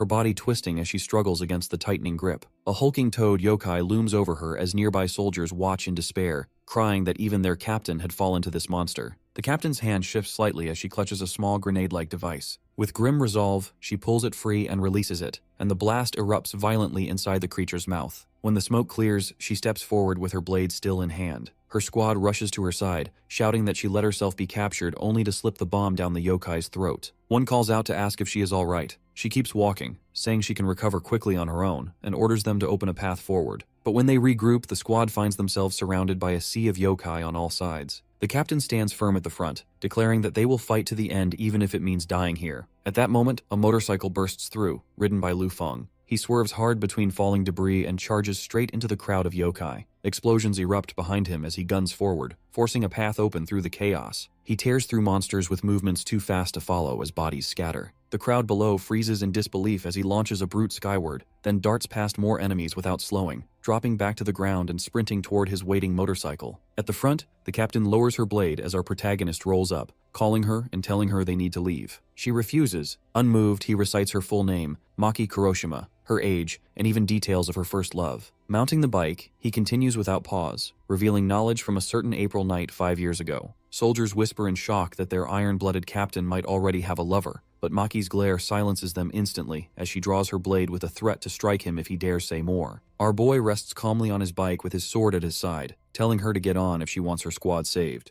Maki demands to know how he can know so much, but his only answer is that there is no time and she must act now. She retracts her weapon and climbs onto the bike behind him. Engines roar as the wheels spin. Maki questions how he can cut through so many yokai, and he tightens his grip on the handlebars, assuring her he has his own way. He rides straight into the swarm as yokai flood in from every direction. Claws reach out, but he flips a switch on the bike and energy bursts through its frame. Blue flames erupt, a barrier sweeping outward as yokai at the front burn instantly, and their bodies are flung aside. A Tengu dives down with wings spread wide, but the surge of power smashes it midair. Our hero twists the throttle. Yokai collapse in flames as he pushes forward, tearing the street open for their escape. He weaves the bike through the wreckage and tells Maki her squad is safe, but she only stares and demands how a stranger could know so much. He answers steadily that they once fought side by side in the obsidian ruins. She snaps back in denial, insisting they have never met, but he hints at countless parallel worlds where they were comrades and offers to reveal more of her secrets. Maki cuts him off, shouting for him to stop. Still, Lu Feng presses on, saying he saved her squad and now needs her help to find someone. Maki agrees, acknowledging that she owes him, and activates her guild's encrypted network to scan Tokyo despite the blackout. Moments later, she locks on the target. Su Tao's name appears, still alive, last seen with Squad 5 after saving Yui. Maki warns they are likely heading to the biochemical resistance troops' shelter, but that zone lies closest to the Gate of Hell and it is already swarming with yokai kings. Tokyo's map glows with 3 zones marked blue, red, and purple, each one circling closer to the Gate of Hell. Maki explains that they are in the blue zone, which has the lowest threat. Lu Feng asks if the zones reflect the strength of the yokai, and she nods. The blue zone holds countless foot soldiers with a few generals. The red zone swarms with generals and occasional yokai kings, while the purple zone is deadliest, ruled by kings and possibly greater beings. A myth-grade yokai would obliterate Tokyo in seconds, leaving escape as the only option. Even so, our boy fixes his path, deciding they will cross the death zone and head straight for the hell zone, and Maki quickly says she will plan the route. On the radar, 2 signals close in fast, and from the smoke come yokai generals, zombie warriors clad in red and blue. She curses, realizing they are after them. The towering generals swing down their weapons, smashing the concrete around them. The protagonist accelerates hard and urges her to hold on tight. One strike crashes behind them, another smashes at their side, but the bike tilts sharply, skidding past by only inches. The generals stomp after them in relentless pursuit, the red-armored one slamming its fists into the pavement, while its blue-armored partner's eyes flare as it moves in perfect sync. Lu Feng tilts his head with cold amusement, noting how well they are cooperating. The road ahead narrows with firelight reflecting off a solid wall of buildings. Maki warns it is a dead end, but he doesn't slow and tells her to hang on. Sparks burst from the bike's tires, and at the last instant he drives straight into the wall. The motorcycle bursts through glass with shards scattering, and he keeps control as he steers upward along the building's side. The blue-armored general crashes after them as momentum carries the bike higher. Our protagonist mutters that they will divide the work, and Maki answers without hesitation, drawing her blade and leaping from the bike mid-ascent. She descends toward the armored giant. He shouts after her, warning she is being too reckless. Maki plummets with her blade drawn, spinning midair as she brings her strike down on the red-armored general. The massive yokai raises its arm to block, but her slash tears through, knocking it back with explosive force. She twists higher, preparing her next attack, and Lu Feng calls out, urging her to unleash Sky Slash. Energy gathers along her blade and she slices downward in a sweeping arc. The strike crashes into the blue-armored general's chest, smashing it into the ground as concrete splits on impact, while she lands lightly beside the wreckage. She vaults back onto the bike, remarking how naturally they fight together, surprised that he even knows her techniques. The road ahead erupts as the red-armored general tears through. He swerves sharply and launches the bike off a ledge, arcing high over the steel beams of a massive bridge before landing hard on the roadway. Flames flicker across the skyline as Maki grips tighter and declares they have entered the death zone. Our boy reminds her of her own creed, to never fear life or death and to fight if unsatisfied. She steadies herself and answers that she is ready. At that moment, Soul Shepherd appears, flanked by his twisted followers. One of his subordinates questions their path toward the gate of hell, but the necromancer answers flatly that there is no other choice. He recalls slaughtering tens of thousands to refine his power, feeding on the city's screams to rise in strength, but being expelled from Ark under Lord Alston's judgment. Now he kneels once more, determined to return to Alston's side as one of his 12 saints, leaving him no choice but to act.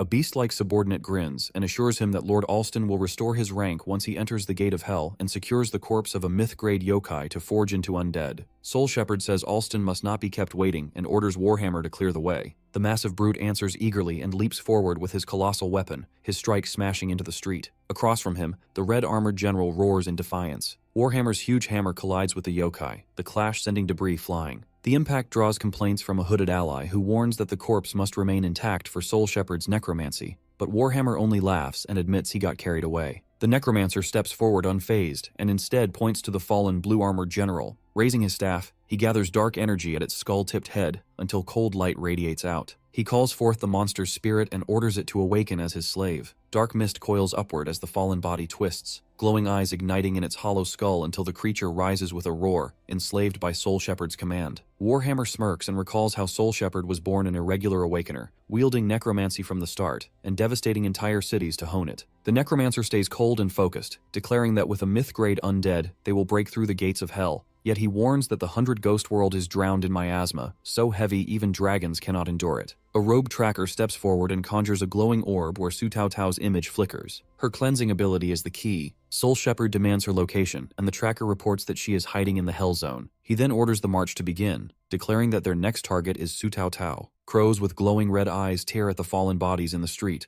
and one tilts its head, sensing movement. Behind a dumpster, a boy hides with an elderly guard who quickly hushes him, warning that these three-eyed crows can hear everything. He promises to get the child safely to the shelter where his parents might be waiting. Gunfire breaks out as soldiers nearby shout for the creatures to die, but the swarm descends at once, dragging one screaming soldier to the ground. A can shifts beneath the boy's knee, the noise making one monstrous bird lift its head, its third eye glowing as it locks onto their hiding place. The flock dives and the guard yanks the boy to his feet. They run, but the boy stumbles and crashes hard onto the ground. He stares up in terror as the crows close in, yet the old guard lifts him again, telling him to keep running. Dark wings close around them until streaks of blue light cut through the swarm, scattering the birds in every direction. The glowing slashes keep the crows at bay, clearing space as the boy is pulled to safety, and Lu Feng assures him that the shelter is just ahead and within reach. The child looks up, trembling as dark clouds of three-eyed crows fill the sky, and the guard curses their earlier noise, certain the whole flock is now upon them. Our boy stays calm, telling them to focus only on getting the child inside while he and Maki take care of everything else. With steady resolve, the protagonist mounts his bike, and together they turn toward the black swarm descending over the street. Tires shriek as the machine tears forward,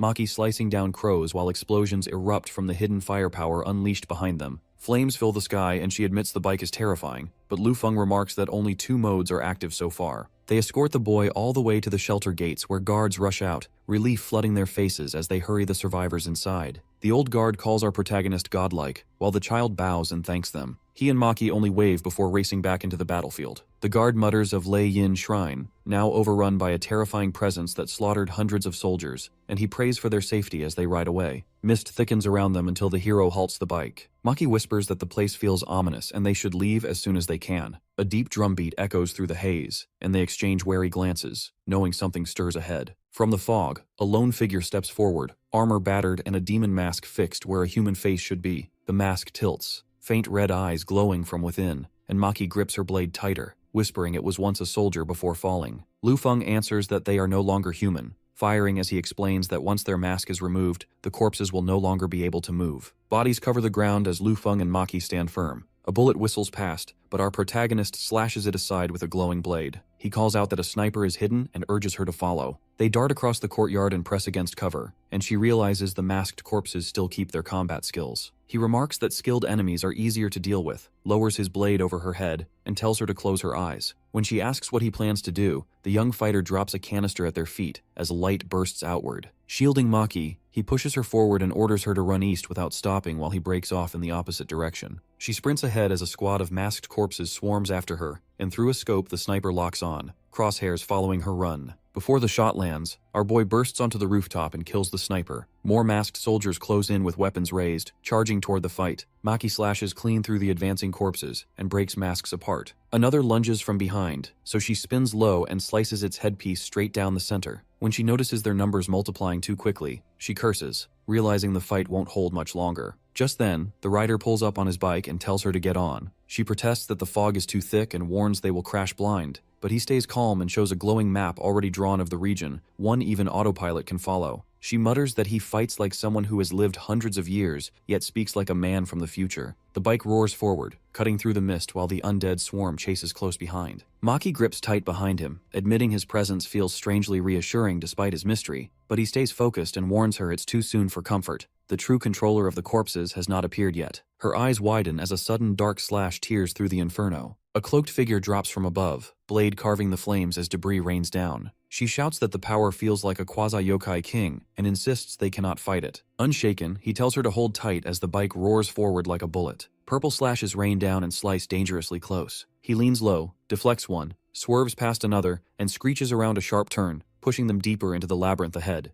Maki grips tighter, protesting, but the young warrior only tells her not to let go since the enemy is closing fast. Behind them, the shadowy figure drops with another crushing strike. She panics, admitting they don't even know what they're fighting. The bike launches up a ramp and soars over the elevated roadway, and from behind the dark figure leaps after them with claws outstretched. Both riders glance back midair and realize the monster has followed them into the skies. Dark tendrils lash out, hook into the motorcycle, and drag it downward while the monster descends with glowing eyes. It lands hard, towering in full form as armor bristles, horns blaze, and its gaze burns like fire. Utakamaru, a quasi-yokai king. The tendrils cinch the bike, but our protagonist leaps free with Maki in his arms and lands smoothly, telling her he's got her. Below them, Utakamaru strains against the immobilized vehicle while he explains the machine is in ultraweight mode, so even yokai kings may find it impossible to move. He sets her down and asks for her sword, explaining that ordinary weapons won't last, but her soul cutter can endure hundreds of strikes. She refuses, saying only she can wield it and the yokai's speed makes it impossible for him to handle alone. He doesn't argue. He launches himself straight toward the restrained Utakamaru, ready to face the quasi-yokai king. Behind him, Maki realizes he seems too familiar with her weapon. His movements are not faster than the yokai's, yet every swing of the soul cutter meets its mark. He isn't relying on speed at all. He's predicting every single attack before it comes. The ground cracks beneath his feet as he braces against the onslaught. Lu Feng clashes head-on with Utakamaru, and even though the monster's power is overwhelming, he holds his ground firmly. Maki thinks his fighting skill feels as if he had fought for centuries. Still, she knows the difference in raw strength is undeniable. No matter how much experience our boy carries, his level is far below Utakamaru's, and at this pace, he cannot endure much longer. She realizes she has to find some way to help before it is too late. Just then, the protagonist faces the yokai king with unwavering focus as he prepares for his next move. Maki watches in shock as he stands completely still, his eyes calm while Utakamaru charges at him. The ground cracks apart under the yokai's sprint as he barrels forward with terrifying speed. At the final instant, the monster swings downward, the motorcycle surges forward, dragging Utakamaru's strike off course, and in that moment he slashes with his blade, unleashing the high-frequency vibration particle slash. The blow releases a blazing golden arc that cuts straight through the yokai king's chest. Utakamaru staggers back with a roar, and Maki immediately calls him shameless for using his motorcycle in the fight. Our protagonist only smirks, answering that victory is what matters most. He opens the system window as loot materializes before him. The king's sword appears, an S-grade item with unmatched sharpness, and a special ability called Super Speed Mode, which grants tenfold speed for 3 seconds, but leaves a heavy fatigue penalty afterward. Alongside the sword, Utakamaru's mask materializes, a mask that speeds recovery. He studies it for a moment and decides it suits Maki better, handing it to her and saying its power matches her needs. She accepts with a quiet thank you. Mounting the bike once more, they speed onward. Maki warns they are approaching the Hell Zone, the place where their real target waits. Lu Feng calls out to Taauo in his thoughts, vowing to reach her no matter what lies in the way, swearing that he is on his way to save her. Deep beneath the earth, Shelter 21 is locked tight, its heavy steel doors guarding countless survivors. Inside, the vast chamber is filled with frightened civilians. Families cling together, children cry as the walls rumble with distant impacts. Among them, Yui mutters in panic that they are doomed, but Taauo smiles with steady faith and comforts her. She insists someone will come, calling him a liar, yet still believing in his miracles. Through the blazing ruins above, a group of cloaked figures advances with purpose. One carries a glowing orb that reveals their target, Taauo, hidden inside Shelter 21 just 5 kilometers away, crediting the orb for guiding them past the yokai kings. But their leader, calm and calculating, reminds them to conserve their strength because the true battle will be against a myth-grade boss. A brutish warrior urges them to attack nearby beasts, yet the leader refuses. Raising a staff crowned with a glowing skull, he summons shadows instead. From the darkness, monstrous yokai surge forward, armored demons and twisted beasts charging to clear their path. The horde tears through the ruins while the ground shakes as a vast shadow falls, revealing an enormous creature summoned by the cultists. The leader watches with composure, recognizing the entity as a quasi-yokai king, calling it the perfect tool to open the gates. Chains of darkness bind the monster tightly until it kneels before them. With a cold command, the leader orders them to find Su Taauo, and if she dares to resist, she is to be killed. The ceiling of the underground shelter cracks with a violent tremor, followed by a thunderous roar as a massive yokai bursts through, tearing into the panicked crowd. As a result, people scatter in terror, crying for help.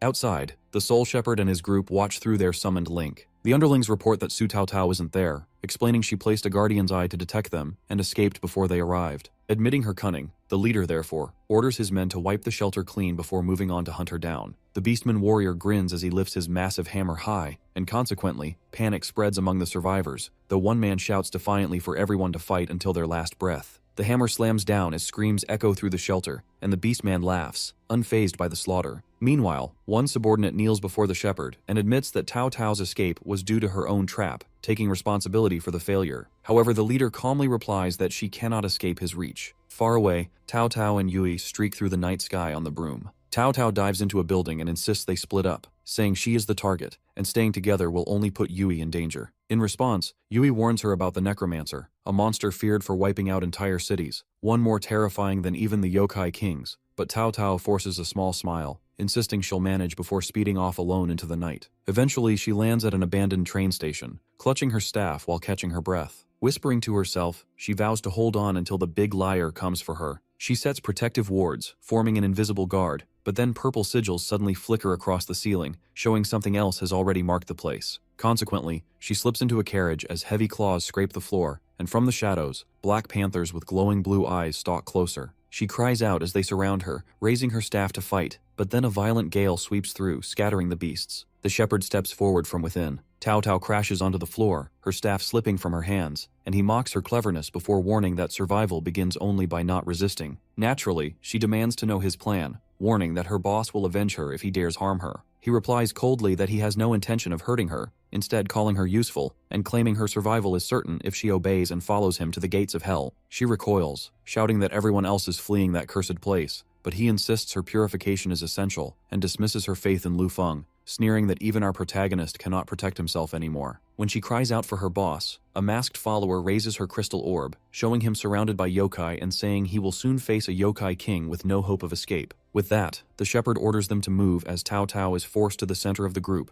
their path set for the gates of hell. She whispers for our boy to stay safe. Elsewhere, Lu Feng suddenly halts his bike, tires skidding across debris. His companion grabs his shoulder, demanding to know why he stopped, but he stays silent, his gaze locked upward. Both of them stare into the sky as Maki realizes they face a yokai king and urges our boy to change course at once. However, he replies that there is no outcome of that. Above them, the winged king hovers, while behind them an enormous beast with glowing eyes crashes onto the road. The yokai close in on every side as she gasps, realizing they are trapped with no escape left. The winged yokai king lets out a roar, and in that moment, Maki suddenly realizes that all 4 of the enemies before them are kings. She trembles and whispers that they have no hope, but Lu Feng studies the situation calmly. Indeed, our protagonist suspects a long-distance curse is dragging the monarchs toward them, most likely the cursed eye. She warns that even a single king could wipe them out in an instant, yet he answers firmly that he will not die so easily. Energy bursts around him as layers of spells ignite one after another. Retrograde, clear-headed, vigilance, and as a result, light flares out, shattering the cursed eye's mark. Maki stares in disbelief as the curse vanishes. Our boy then takes her hand and pulls her off the bike, deciding they should hide first. The winged foe swoops low with eyes locked on them while another hovers high above with wings beating heavily,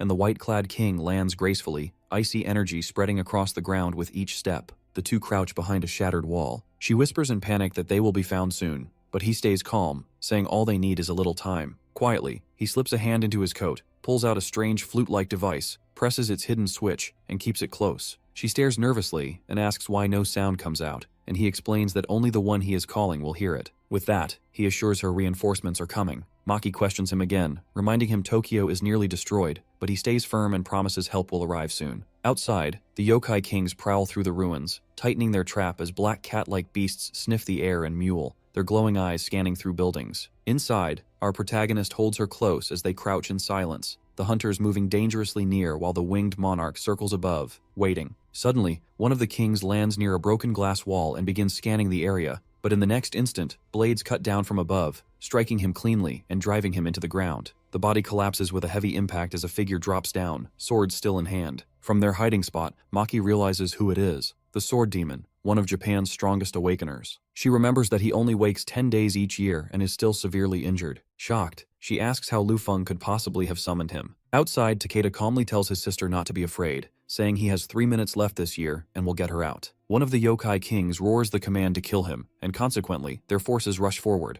The sword demon grips his blades and meets them head-on, his strikes fierce as he holds them back. Watching from the bike, Maki realizes our boy is using Takeda as a distraction so they can escape. He tells her the swordsman will not die so easily. The twin blades whirl through the air, cutting with ferocity, and Takeda suddenly yells at Lu Feng, accusing him of tricking him with his little sister's unique SOS method. From the bike, the protagonist calls out that his time is almost up, and he should return to the shelter, but the swordsman glares back and declares the minutes he has left are more than enough to cut down both kings. Above, the yokai circle, but our hero remains calm and says that only deep trust could explain why he has access to the sister's method. He warns Takeda that if he dies, he will never find her again, and only if Lu Feng survives will she return. For a moment, the swordsman falters at those words. He tells Takeda to stop the two kings closing in and promises to keep his word. The sword demon glares in silence before turning back to the battlefield, then charges forward to clash with the monarchs, his blades forcing them back. In the end, he admits he has no choice but to trust Lu Feng this time. With his strength nearly gone, the Awakener pulls away and returns to his containment chamber, suspended once more in the life support tank. He warns himself that if Lu Feng's words turn out to be false, then in 1 year he will hunt him down no matter what it takes. Maki wonders how he knows Takeda Hayato's sister, and Lu Feng explains simply that he doesn't know her at all,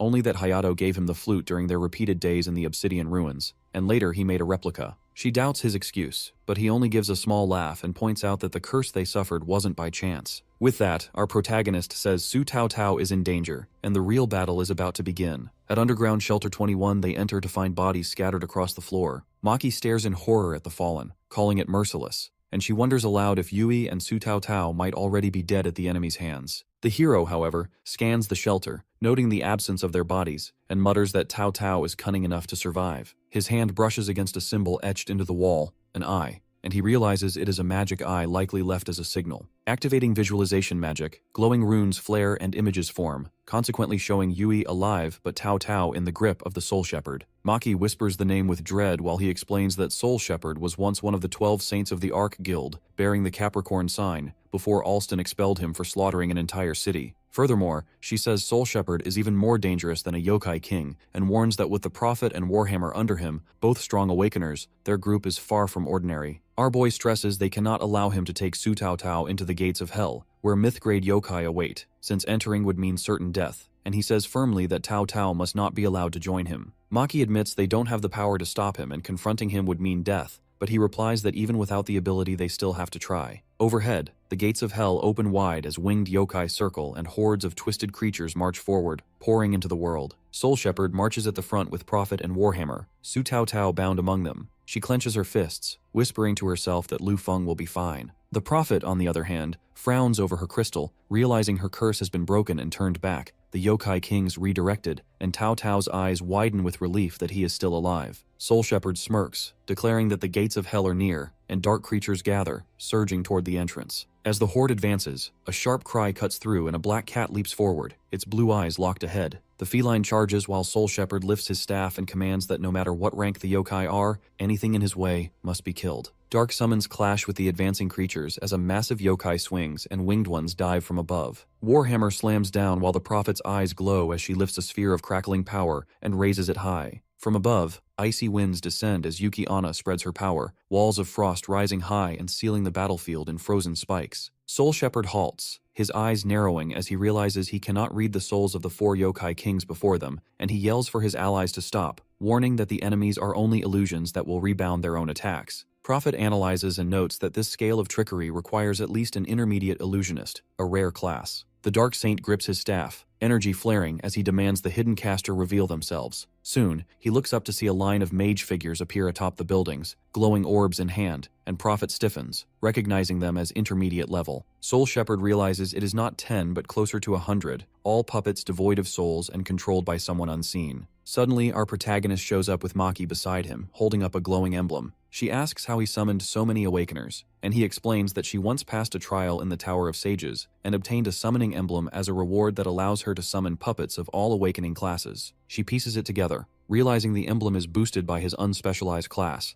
elevating the puppet's strength to intermediate. Lu Feng confirms this, then raises the emblem high and commands his summoned army to march, declaring it is time to retaliate. The summoned army unleashes a storm of destruction as fire rains down from above, arrows fly in torrents, and ice shards crash in endless waves. Warhammer lifts his weapon to block, but the force of the assault pushes him back. The prophet surrounds herself with magic, straining to hold on while the puppets close in and press their formation hard. Indeed, under the relentless strikes, Soul Shepherd's group finds themselves pinned. He growls in disbelief, pointing out that they are only intermediate puppets, yet their combined power feels far greater. The mage realizes the one behind them is using the perfect balance of classes, amplifying their strength 5 times over, and as a result, she warns her allies that this opponent is extremely dangerous. In the midst of the chaos, Lu Feng charges forward and pulls Su Taauo out of the prophet's grip. She clings to our protagonist, telling him she knew he would come. Warhammer reacts without hesitation, his massive hammer sparking as he swings to crush their escape. With a furious roar, he unleashes his ultimate skill, Sure Kill Thunder Hammer. From a distance, Maki watches in shock. She realizes the brute has just used the Sure Kill move of a level 70 Awakener, something no ordinary defense could possibly withstand. Yet our boy does not falter. For the sake of his comrade, he steps forward, golden hexagons spreading across his body as the barrier expands. The armor shifts while the hexagons lock tightly into place. He pushes his hand forward, and the devastating impact is deflected cleanly. Maki recognizes the technique at once as absolute defense, remembering it grants 1 second of protection even against a yokai king, but it can only be used once every 24 hours. Across the battlefield, the enemy forces regroup. Their leader notes coldly that Lu Feng has finally shown himself. A hulking figure moves up to the front while the prophet raises her staff and summons mirror clones, purple orbs glowing as they take shape beside her. Armored soldiers surround the group as Soul Shepherd demands their souls and orders his followers to kill everyone except Taauo. Consequently, the army surges forward in a wave. Blades crash down hard against defenses while our protagonist and his allies hold their ground, clashing fiercely with the soldiers. Taauo cries out, blaming herself for dragging him into such danger and insisting he should never have come. He deflects another strike and tells her to repay him later with favors once they make it back. Maki shouts that they are hopelessly outnumbered and cannot last, but Lu Feng remains steady and answers that their only choice is to take the risk. The prophet steps forward with a glowing orb in her hands, ready to strike, but before she can act, another figure appears behind her and lands a fierce blow. Shock crosses her face as the orb slips from her grasp and crashes to the ground. In an instant, it shatters, the summoned soldiers flickering unsteadily before fading away into nothing. The team looks around in confusion, asking what just happened, when Luo Shui steps forward and declares firmly that she will never allow anyone to harm her companions. Tao's face lights up with joy as she calls her name. Luo Shui rushes to her side, checking her carefully, but Taao assures her she is fine since our boy already saved her. Lu Feng greets Luo Shui warmly, but she brushes off the praise, saying he always has another plan anyway. Maki mutters in disbelief, pointing out that Luo Shui even resorted to a sneak attack to save him. When asked who the women are, he introduces her as an old comrade named Maki Kuroshima, which makes Maki snap back irritably since he had called her something else earlier. At this, the enemy leader roars in fury at his subordinate's death and declares he will slaughter them all. Raising his staff, he gathers seething dark energy, and above him, a massive skeleton begins to take shape, its towering frame outlined in glowing bones. The massive skeleton roars as it rises, and the cult leader steadies his staff while guiding the summon forward. The giant slams its weapon into the ground, shattering the earth beneath the group. Maki explains that the creature is formed from thousands of souls stolen by the Soul Shepherd and warns that even top awakeners cannot endure a single strike. In response, Luo Shui urges our protagonist to stop holding back and reveal his true strength. He opens his hand, where a burning flame ignites in his palm. Fallen soldiers lie scattered as fire spreads across the ground, and he declares that the true performance is only just beginning. From the flames, a massive beast with many heads begins to emerge. The Hydra-like monster rises fully, its glowing red eyes glaring as its heads lash out. Stunned, Maki says that he sacrificed hundreds of mid-level awakeners to summon Yamada no Orochi from Tokyo Tower through spatial transfer. The cult leader stares in disbelief, realizing our boy planted a cursed eye to draw the yokai kings toward them, and he questions when it happened, before realizing it must have been during a brief opening. With that, Lu Feng orders Yamada no Orochi to attack the enemy, and one of the serpent heads looms over him as he stands calmly in its path. The beast then spews streams of fire that crash against the skeletal giant's weapon. The Soul Shepherd calls out that even a yokai king will fall before his blade as the two enormous forces clash in the heart of the battlefield. Lightning tears across the sky as infinite lightning domain erupts, bolts striking around Yamada no Orochi and the skeleton while the colossal beings battle within the storm. Naturally, Maki urges the group to retreat while there is a chance, but our protagonist refuses, saying there is no need. The serpent heads dive forward and unleash Ophidian Bite, their fangs sinking into the ground with crushing power. The cult leader is pinned beneath the Hydra's heads as they close around him, and he curses, shouting defiantly. However, he counters by summoning his skeleton to strike with ultimate corpse bomb, and a massive explosion shakes the field. Several serpent heads are blown apart, but more rise again from the smoke. Snarling, he explains that the Hydra cannot die as long as one head remains. He then activates Skeletal Samsara, boasting that the giant skeleton recovers 10 times faster than anything else. The towering summon looms behind him, its aura swirling as it steps forward at his command. He sneers at Lu Feng, claiming he is too far to make it in time. Suddenly, our boy bursts forward, activating Takamaru's sword, tenfold speed as he charges. The Soul Shepherd panics, shouting for protection, but the strike comes too fast. With high-frequency vibration particle slash, Lu Feng cuts clean through. The cult leader collapses. Our protagonist answers coldly, exposing his trick of splitting his soul into shadow beasts for resurrection. He declares that it ends here and vows to take both the skill and the beasts. As his hand rises, energy flares, and the Soul Shepherd cries out in denial while Lu Feng unleashes the power to seize his ability. He activates Devour skill, claiming the enemy's unique power as a blue orb settles into his hand.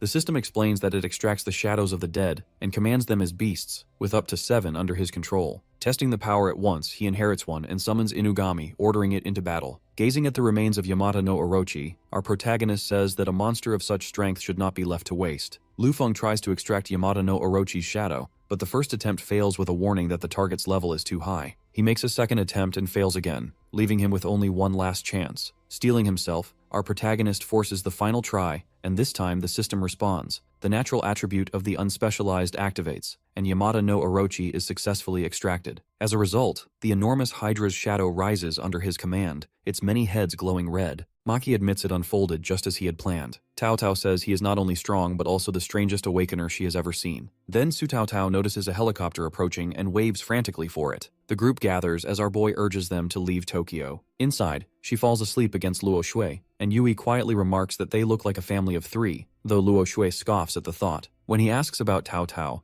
Luo Shui gently replies that she is asleep. The helicopter then lifts off, flying over the burning city toward the mountains. Far away, 3 robed figures gather before a set of massive sealed doors, whispering about Lord Alston, who has shut himself away for days. They wonder if his sudden retreat means something world-changing is about to happen. Within a grand hall, Alston sits on a throne-like chair, speaking softly as he mourns the loss of his most loyal subordinate, the Soul Shepherd. He recalls how the Shepherd tried to enslave a myth-grade yokai to return to his side but failed, and his expression hardens as he vows that those responsible will pay. Consequently, he speaks Lu Feng's name, declaring he will lure him in, use him fully, and then bury him. With firm conviction, he rises and commands that the boy be brought to him as his successor, and his followers kneel, answering in unison. The scene then shifts to a coastal city outside a supermarket, where someone speaks gratefully about Alston's recognition while mocking our protagonist as nothing more than a liar or a show-off. At that moment, he is on a call, speaking seriously that he will only meet Alston when he is strong enough to stand at his side, asking forgiveness for his arrogance. The men laugh, assuming he is pretending,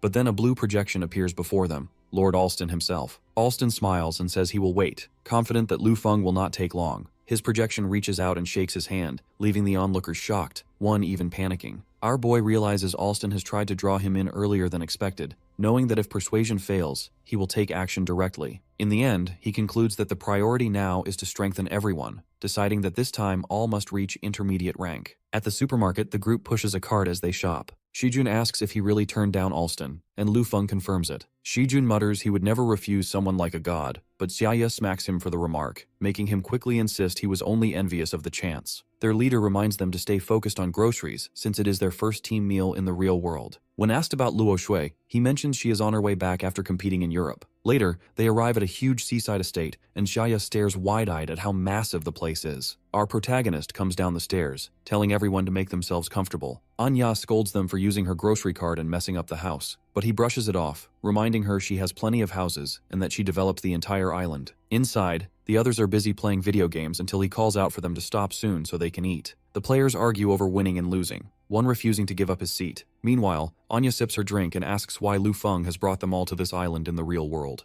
The doors open as Luo Shui steps inside, apologizing for being late because her flight was delayed. Anya greets her warmly while Lu Feng tells Ling Yu it is time to eat. In the kitchen, Ling Yu is already preparing, and the others cheer for hot pot. Soon, everyone gathers at the table, enjoying food and drinks together. Zhao raises his glass happily to toast with Xiaya, while Taauo scolds Shujun for not being as clever as our boy. Later, some of the group lounge around and pass out from drinking while Taauo joins Ling Yu in cleaning dishes. Afterward, our protagonist and Luo Shui stand by the railing overlooking the sea when he tells her there is something important he must share. She panics, insisting she is not ready, but he clarifies that he is talking about raising everyone to intermediate rank in the next shadow world, and explains that she will have to shoulder the hardest part. She calms down once reassured it is nothing personal. Curious, she asks about changing classes, since she is already level 50 while others are still lower. Lu Feng promises he will bring everyone up to level 50 and guide them through class changes. Anya interrupts, warning that different classes need different worlds to advance, and asks if everyone can really advance through one single world. In response, he explains that this one is large-scale with only one entrance, which is why he brought them all here. She leans close drunkenly, offering financial support if he succeeds, while he stays calm and agrees flatly. Luo Shui pulls her back in frustration, saying she has drunk too much. The scene shifts to the sea where a boat cuts across the waves with our boy steering and Luo Shui and the others seated behind him. They head toward a towering stone archway rising above the water. As they arrive, the shore is already crowded with boats and people. The crowd stirs when they notice the newcomers stepping onto shore. All eyes turn to Luo Shui, and voices rise in awe as they call her a goddess while she follows behind our protagonist. People whisper about her beauty and credit her for her guild's past victories. Shujun notices how many strong awakeners have gathered, including top-ranked experts. The atmosphere grows tense when suited figures step forward, their presence intimidating. Indeed, Ling Yu confirms their identities as the three leaders of the Devour Light Guild. Recognition sparks in the group. They are the same masters behind the assassins who attacked while they were protecting Professor Aaron. One of the guild leaders approaches with a sly smile, asking about Avalon and the deaths of his subordinates. He remarks that the truth seems deliberately hidden and presses for answers while the others watch cautiously. Our protagonist, however, walks forward, brushing off their probing questions, and states plainly that the assassins failed and died because they were weaker, leaving nothing more to discuss. Zhao warns the Devour Light Guild not to harass them and declares they are ready to fight. But before things escalate, the blonde leader calls his man Lee's back and smiles, suggesting they settle matters with a duel inside the shadow world. Suddenly, the giant gate erupts and opens wide, and the crowd rushes forward in a frenzy to secure treasures first. Lu Feng glances at his team, then leads them toward the gate, disappearing into the red light of the world. The Devour Light leaders watch as his group enters, whispering suspicions and vowing they will not leave alive. Inside, the atmosphere shifts to a heavy, oppressive darkness. Faint outlines of armored figures appear, rows upon rows of soldiers standing still. Shock spreads as they realize they are surrounded. One figure steps forward, raising a staff that bursts into radiant light as he shouts to drive away the shadows. A golden beam erupts, slicing through the gloom and revealing countless spectral warriors stretching endlessly in formation. Immediately, someone recognizes the place as the S-rank shadow world called Resurrection of the War God. The undead riders are not individually strong, but their endless numbers make them terrifying. With a single command, the undead cavalry surges forward in a thunderous charge. The Awakeners rally, unleashing spells and weapons, and as a result, both sides clash violently. The undead cavalry charges forward, and one of the Devour Light leaders roars for his men to defeat them as he rushes in head-on, fists tearing through enemies. Blades flash and magic erupts, yet the overwhelming numbers of the undead press hard against the Awakeners. Eventually, a deadly wave of green energy rips through the air, striking down fighters one after another. Someone shouts that there are too many and points toward ancient temple ruins ahead, and with no other choice, the survivors scramble for shelter inside. Xia and the barrier wielder barely hold back the charging undead as she cries out that she is at her limit, but Lu Feng stays calm. Luo Shui asks if he needs their help, though he tells her to conserve her strength since he will carve the way forward. Dark energy rises as he summons his shadows, his voice commanding them to rise, and from the ground, a colossal figure emerges, the Shepherd's Shadow. With a single sweep, the giant shadow unleashes a devastating strike, tearing through waves of undead and scattering them into dust. Our boy does not hesitate, and as the path clears, he shouts for his guild to move, leading them straight through the chaos. Shujun wonders if they should hide inside the ancient temple, but our protagonist shakes his head and insists he will take them somewhere safer. Guided by him, they race across the battlefield until he points to a floating cliff, and once they climb onto it, they finally collapse, exhausted but relieved. Xia marvels at how he even knew about such a place and praises him, while Luo Shui worries aloud that endless enemies might trap them forever. Lu Feng, however, explains that the Vigil Knights will fall into slumber once the night ends, then notices Taauo playing games. When asked, she says she simply wants to enjoy herself even if she is dying. Anya clings to him playfully, but Luo Shui scolds her, warning that she cannot drink before entering the shadow world. She complains that our boy gives everyone too much of a sense of security, while he only replies that protecting them has been his mission since the beginning, and tucks her hair behind her ear. Suddenly, Xia shouts that the Vigil Knights have vanished, and Lu Feng deduces they are heading to strike the ruins instead. Soon, the distant temple is engulfed in chaos as enemies swarm it, proving his choice was right. His guild watches in awe, relieved they had not hidden there, and Xia even jokes that their boss feels like a guardian sent by the Shadow World system itself. Shijun says their boss already has 7 people to protect, and that in dangerous worlds it is nearly impossible for him alone. Indeed, he recalls even harsher worlds, Hell-forbidden Empyrean grade, and insists they cannot depend on him forever. Anya declares that they must grow stronger, strong enough to fight at his side. Taauo asks directly how they can achieve that, but Lu Feng points out that the Vigil Knights are busy encircling and attacking others now, which makes this their chance. Consequently, everyone gathers with fists stacked, swearing to fight and raise their levels together. The scene shifts to the entrance of the catacombs in the Forest of Eternal Night, where armored Vigil Knights march in tight formation. Hidden nearby, the hero and his group wait for the right moment. With a sharp command, he orders the attack, and gunfire erupts as Ling Yu unleashes a barrage, each shot striking true. Vigil Knights and their mounts are instantly consumed in flames, their bodies crumbling to ash. Shujun exclaims at the devastation, and notes how perfectly the special incendiary bombs their boss had prepared worked, though there were only 6. Without pause, Lu Feng orders them forward before reinforcements can arrive, and they rush into the catacombs. Inside, vast corridors twist endlessly, and Xia looks around nervously, comparing it to a maze as she questions why they have entered such a foreboding place. Our protagonist leads steadily, unfazed, and explains that entering the maze is part of his plan to help everyone level up. He instructs Ling Yu to follow precise steps, 2 forward, 3 left, then 1 more forward. She obeys, and glowing tiles light up beneath her feet as the floor shifts and reveals a hidden path.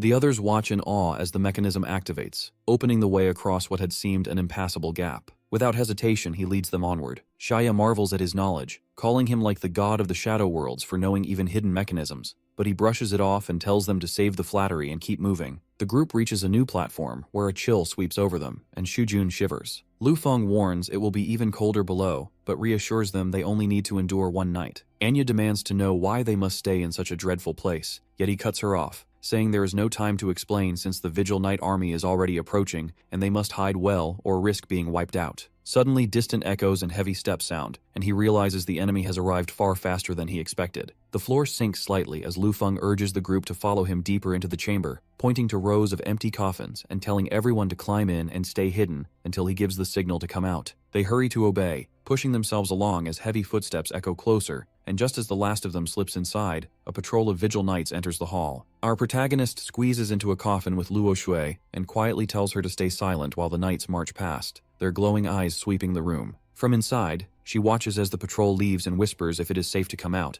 but he shakes his head and warns that they will be back. She wonders what they should do, and he answers that they will have to remain hidden for now, offering his shoulder if she wants to rest. Naturally, Luo Shui leans against him, her eyes closing as she drifts off to sleep. Later, the group sits around a small fire inside the hall when she wakes suddenly, realizing she was in his lap. Flustered, Luo Shui asks why no one woke her, but our boy calmly tells her she was sleeping too soundly and even pressed against him. Embarrassed, she tries to answer, yet he stands before she can, declaring that it is time to move out. They leave with caution, passing rows of armored corpse soldiers that stand silent on guard. Shujun asks if they might wake, but their leader explains they are in deep slumber and will not stir during the day unless the dragon-breaking stone is damaged. He warns them to keep at least 3 meters away from the guards, or else the alarm will be triggered, and so they continue on carefully. At last, they reach the trench of deep slumber, where countless corpse soldiers lie motionless below, and Shujun gasps at their number. Our boy hands out A-rank Army Soul Mark badges, explaining that they share combat experience for 24 hours, though each person can only use one once. Luo Shui refuses, saying her level is already high enough, but he insists and tells her to trust her captain. He warns them not to let any soldiers climb out of the trench, or else the guards outside will awaken the entire horde. With his weapon raised, he orders everyone to prepare, then throws down a blazing A-rank corpse-burning torch. As a result, flames roar across the trench, corpses twisting in agony as the fire devours them. Ling Yu opens fire from the edge, her shots cutting down burning enemies, while a corpse soldier leaps forward only to be smashed back by Anya's powerful strike. The Shadow Wolf charges in,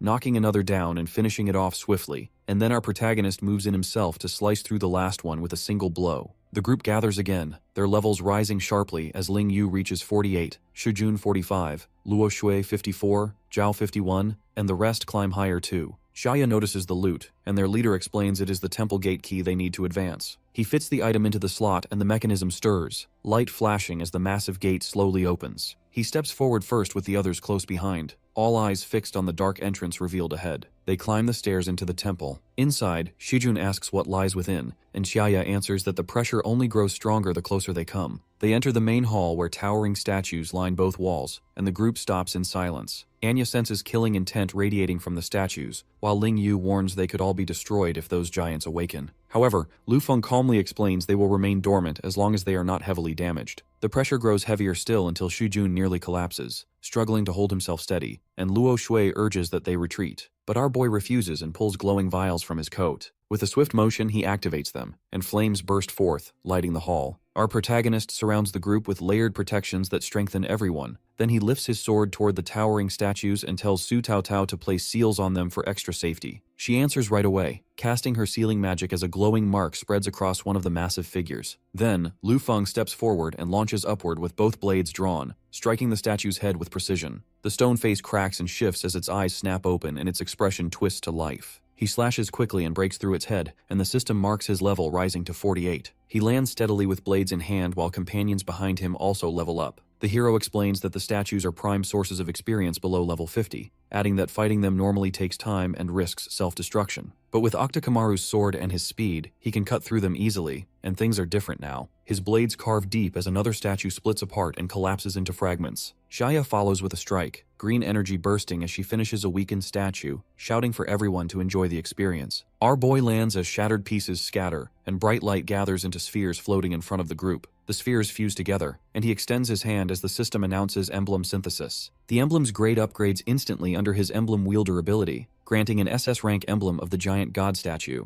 He holds it up and explains that the drops are perfectly suited for his teammates. As a result, Ling Yu receives Corpse God's venom and studies the vial carefully. Shujun is given Giant God's Rage, and Xia equips the Giant God statue's hand. Everyone confirms their new levels, each surpassing 50, and the protagonist announces they will now head to the royal capital for their intermediate class change. The group marches up the temple steps in order as storm clouds gather and the royal city comes into view. Meanwhile, members of the B-rank guild Azure Wings enter the silent city, unsettled by the eerie quiet and skeletons scattered along the streets. They come across piles of human bones stacked against walls, and one member urges retreat, warning that the city is too strange. The muscular fighter, however, dismisses her and insists they have come too far to turn back. She warns again, pointing out the danger, recalling her grandfather's teachings as a scout, and then notices a strange black insect crawling nearby. The scout warns him not to touch it, but he stomps it anyway. A sharp cry follows as the insect pierces his leg. Consequently, the ground erupts where he falls, a mound of shifting stone rising as a swarm of black insects pours out and spreads quickly. She cries for everyone to run as the swarm floods forward in countless numbers. The guild panics, trying to hold the insects back, while survivors sprint desperately with the swarm chasing close behind. One shouts that they do not want to die, fear driving them to flee through the city. A member of Azure Wings collapses with his body covered in holes as insects swarm over him, his screams echoing while the others fight with fire and light. The survivors cry for help,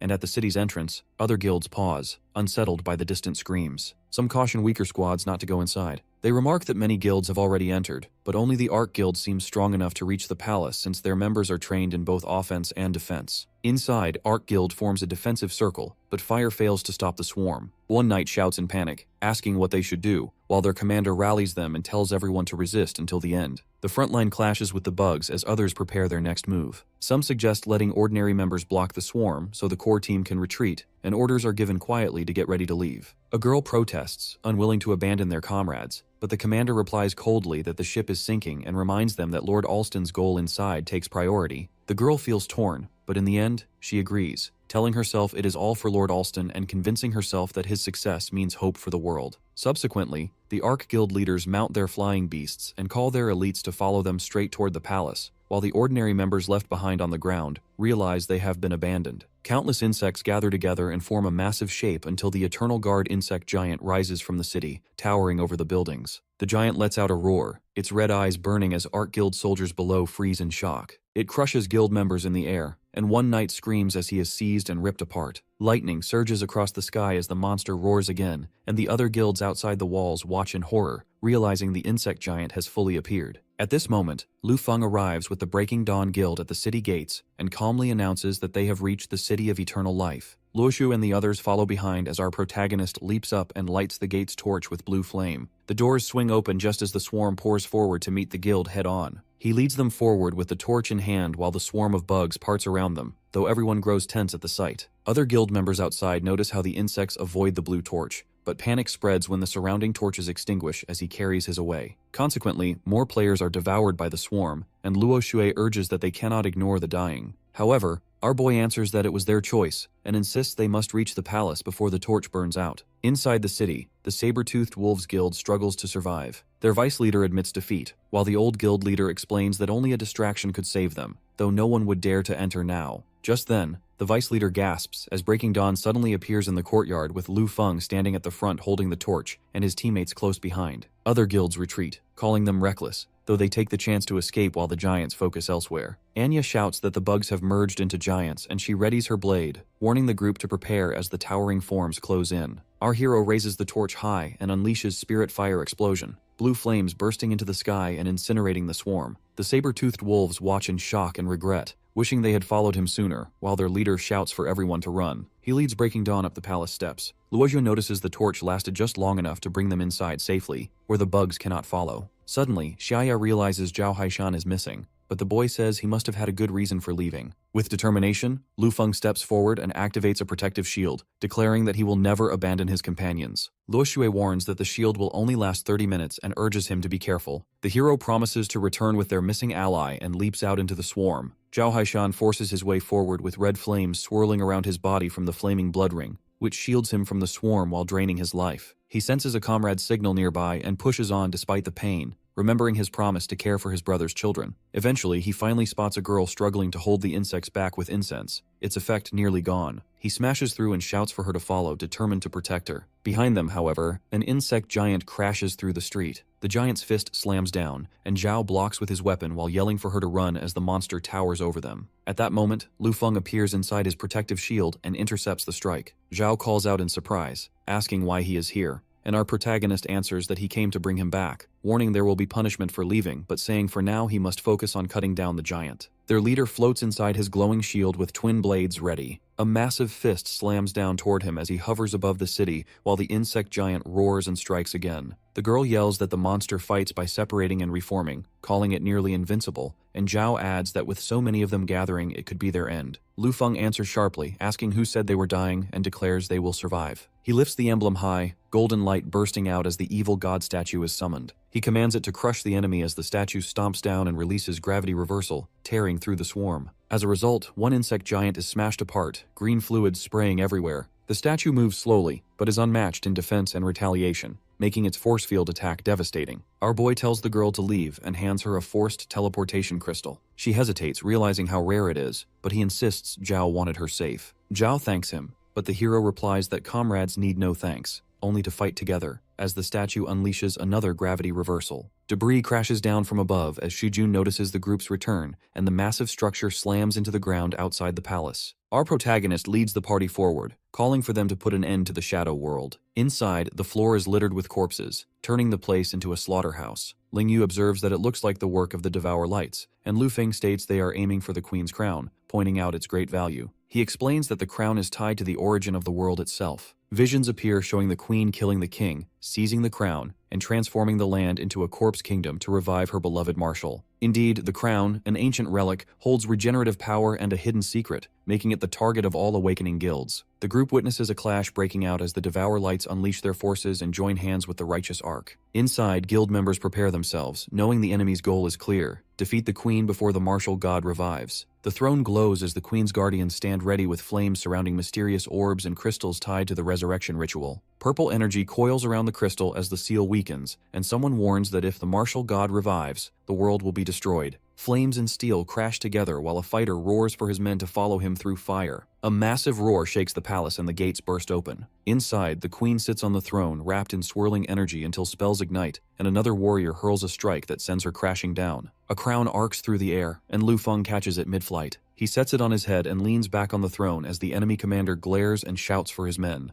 Green energy binds the captives while the commander roars that the martial god must not be revived. His fury erupts with fire flaring across his body, but a sudden gesture ends it when our protagonist snaps his fingers and power surges through the chamber. Allies stand ready while he declares the start of class advancements. Crystals ignite and surround each of his comrades in burning light, their bodies lifting within glowing prisms as energy pours into them. The enemy stares in shock, realizing our boy is strengthening his guild instead of himself, and consequently, panic breaks out with orders flying to kill him and seize the crown. The queen roars back, claiming it as her divine right, while green chains tighten and panic spreads as flames surge into a monstrous face glaring from the inferno. The blazing giant rises with a thunderous demand for the crown, yet Lu Feng sits unmoved as it towers over him. He answers coolly that he will not yield until his companions finish their class advancements. Enemies rage and call him a fool while offering deals, threats, and promises of survival, but his eyes glow cold beneath the crown. They charge through the flames with weapons raised, but the hero summons his shadow as dark mist swirls and breaks against the firestorm until the monstrous form of his enslaved beast rises with many eyes gleaming. The fiery giant charges with blazing fists, only to be met head-on by the beast's strike, while the queen rallies her power and golden light surges to shield her side.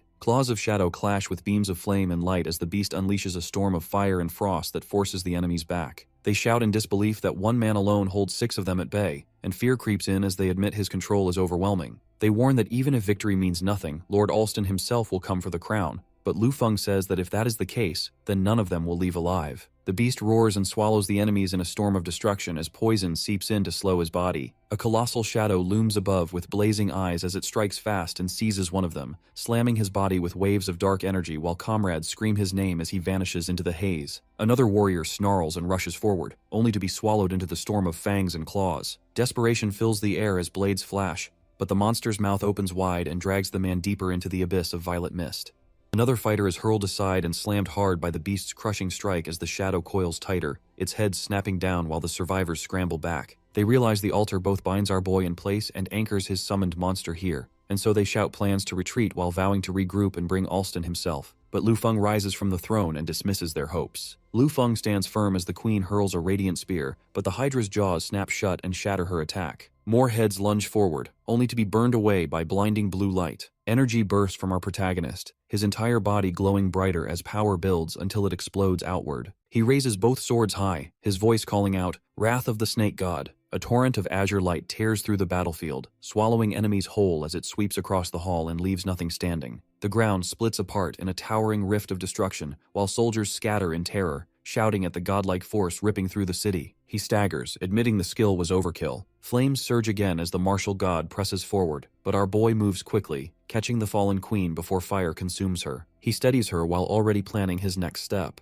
Passing the Insect King's relic to Shujun, he knows it will unlock even greater strength. With calm resolve, he lets her go, promising to send her on her way as the crown's power spreads from him. The system echoes across the battlefield, announcing that the final boss, the revived martial god, has been slain. The mission is complete, and all awakeners will be transported out in 1 minute. Crystals fade and fire dies around the altar, Lu Feng stands with his guild as their classes advance and their power renews, their voices rising together in celebration. He looks ahead with a steady expression, knowing the real battle begins now against Ark and against Alston. In Xicheng Community Hospital, white coats line the corridor as our protagonist walks past with calm composure. Whispers follow, calling him Dr. Lu, a prodigy surgeon. Despite his fame, however, he still visits the small community clinic every week. Nurses gossip about his humility until his phone rings with his sister scolding him for ignoring her messages. He answers casually, reminding her to follow rehab before he performs the next surgery himself. She demands he come before dinner instead, and he ends the call. Later, he enters a quiet ward where a girl with twin braids sits on the bed, her arm in a cast. The chart lists her injuries from school violence, beaten and scarred. He gently reassures her that the wound will heal without a trace, but her voice trembles as she admits scars aren't what she fears most. Suddenly, the door slams open and a gang steps inside, their leader grinning as he corners the girl. They sneer about unpaid debts and wave threats of scandalous photos while fear flashes across her face. Our boy steps forward and orders them to leave since the patient needs rest. They laugh at him, mocking his interference, but he repeats once more for them to get out. Their anger boils over, and they rush him with fists swinging. A punch drives toward his face, yet his eyes remain steady. In the next instant, bodies crash to the floor one after another. The hallway shakes as nurses and guards rush to the room, only to find the gang scattered across the wreckage with Lu Feng standing calmly in the center. He brushes off his coat, remarking the room wasn't sturdy enough. In the hospital, the staff whisper nervously while Siqi warns about the risk of retaliation, but Lu Feng answers firmly that he will never allow such chaos near his sister's college.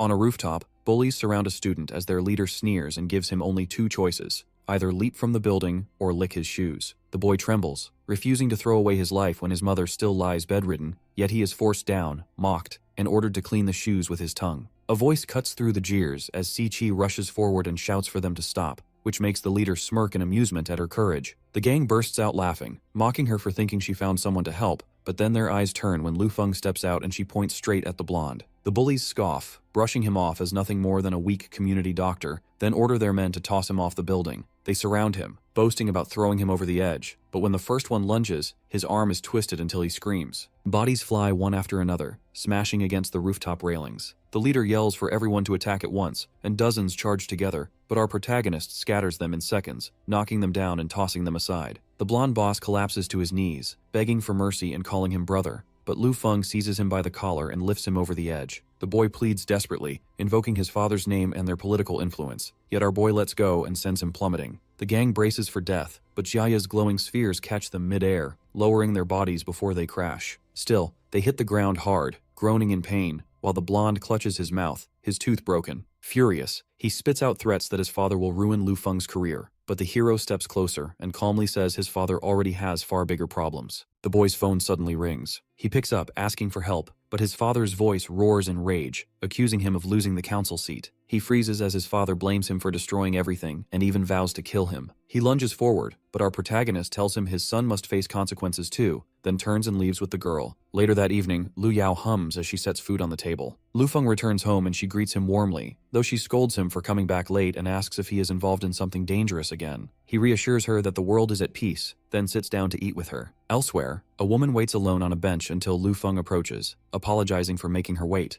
but she immediately questions his true identity. They sit together as he admits he sometimes helps at the hospital and then asks why she came to find him. She explains that Alston wants answers about the martial god, while he replies that he will need something in return. When she refuses, he stands up and ends the talk, but she calls after him, offering power within Ark if he hands over the crown and promising him status above millions. Lu Feng acknowledges that her offer shows sincerity, but calmly denies it, saying he never obtained the crown she means. Turning away, he adds that he wasn't even present when Ark fell and mentions another surgery he must perform. She insists the crown must belong to Alston, but he stops and remarks that although Alston looks flawless, he sacrifices anything for his so-called justice, and now our boy himself has become his target. He finally asks if Karen truly supports Alston's vision, and she declares that Alston will save the world, promising that he will soon summon Lu Feng to Ark personally as a guest. Lu Feng smiles faintly, amused she came in person, and he warns her, reminding her of their past fight in the Obsidian Ruins, while telling her that Alston will discard her just as before. Karen frowns in confusion, noting his growth but insisting he is still only level 50. Her thoughts then shift to Alston, the only irregular to ever reach the maximum level, standing alone like a god.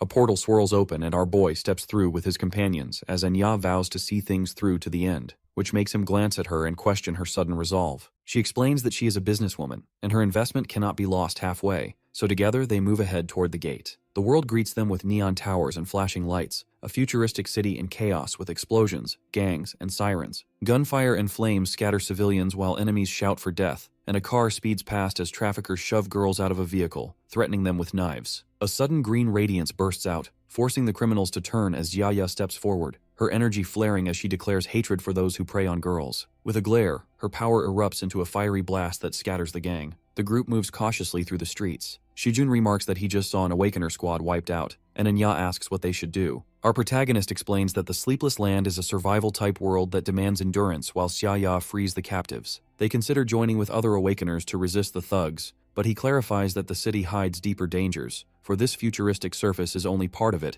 and beneath lies the underworld, an even harsher mechanical base. He explains how much greater its danger is, and Xiaya insists they will prevail with Lu Feng leading them. The city erupts with alarms as their mission begins and the portal seals itself. A voice announces the rules. 30 days of survival, only one Awakener team will be rewarded, and there is no boss to end the world. As a result, panic spreads as gangs flood the streets, already hunting for prey. Gunfire rips through alleys as men question the missing boss, and then a figure in golden armor appears with a girl at his side, declaring that the mission is simple now. They only need to kill every Awakener. Elsewhere, Shujun says alliances are impossible, and survival will force Awakeners to hunt one another. Ling Yu calls it inevitable, while their leader reflects that these rules do not match the worlds he has seen before. He states firmly that he refuses to take part in such hunts, even after 3,000 years of these games, and when his companions ask what they should do next, he suggests abandoning the usual approach and creating a new way forward. Anya asks if he plans to break the rules, but he clarifies that the rules themselves cannot be broken, only the method of playing within them can change. An explosion lights up the streets as a system notice announces the death of another team and their elimination from the game. The sky fills with drones that scan and fire relentlessly. The counter updates to 49 teams remaining, and panic spreads as some realize a powerful Awakener is hunting the others. Consequently, they decide to retreat and search for safety. A surge of blue light cuts across the city as a girl floats above, claiming mercy as she numbs her foes before they die. On the ground, Awakeners beg for their lives, but the Golden Warrior shows no hesitation, crushing them as he dismisses the weak and turns his attention toward Lu Feng. His partner warns him that Alston is interested in our protagonist, yet he smirks, saying he prefers the risk. Together, they scheme to kill him and seize the Bloody Queen's crown,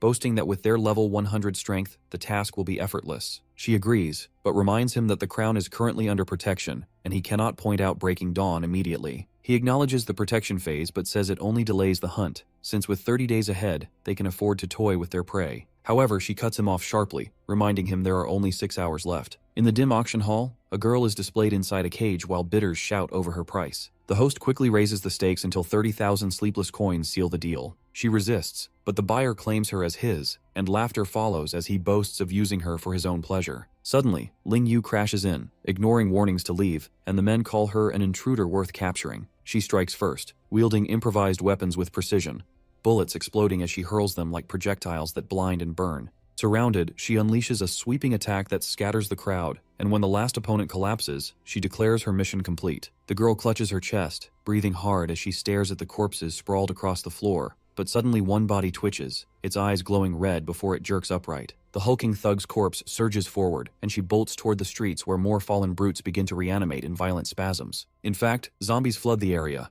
armored bodies staggering to their feet with jaws snapping while soldiers unleash frantic gunfire. Bitten men collapse and rise moments later, their eyes blazing red with infection. From hiding, the rescued girl gasps that the thugs have become zombies, and Lu Feng appears beside Ling Yu, calm under the chaos. He explains that the zombie god bullets are working before sprinting across rooftops into the next district overrun with undead. They spot the train that is no longer under control, and she jumps inside, killing all the zombies before leaping out again onto a bike. Our protagonist bursts through, telling her to hold tight, and together they dart alongside the train, racing past before leaping clear as its frame shudders violently. Onlookers panic as the train smashes into the station, explosions ripping through the cars as flames swallow soldiers while zombies stagger closer. From afar, Ling Yu stands beside our boy, surveying the destruction, and she confirms both the bar and station are destroyed, sealing the outbreak of zombies. He nods and schedules their next step in 3 hours as the burning city floods with the undead. Meanwhile, the golden-armored warrior strikes the ground, forcing back the zombies around him. But even as they fall, more push forward, surrounding the streets in every direction. He curses the endless numbers, while the blue-haired girl hovers nearby, saying she has located Lu Feng, but they must deal with the zombies first. An ambulance speeds along the road with its siren wailing, and inside, our hero sits with Su Taauo and the others, while a drone scans ahead. Shujun reports that Ark has found them, but our boy dismisses it, saying their focus is the underworld. The ambulance goes underground, and he explains the virus is spreading there as well, which is why they use this vehicle to enter as virologists. The underworld city comes into view, filled with tall structures and heavy machinery, and at the center a childlike figure sits connected to cables, while two men kneel and address him as City Lord. Beside him is the sleepless monarch, who transferred his mind into a machine body 500 years ago and has ruled since then. From inside the capsule, the City Lord asks about the virus, noting that the surface has fallen and now the underworld is at risk too. Two officials kneel and report that the army has been deployed against smaller zombie groups, and blockades have been set up for the larger outbreaks. They add that the surface is out of control, but they are working to prevent the virus from spreading into the underworld. The monarch, however, criticizes them, saying the virus spreads too fast for any antidote to be effective,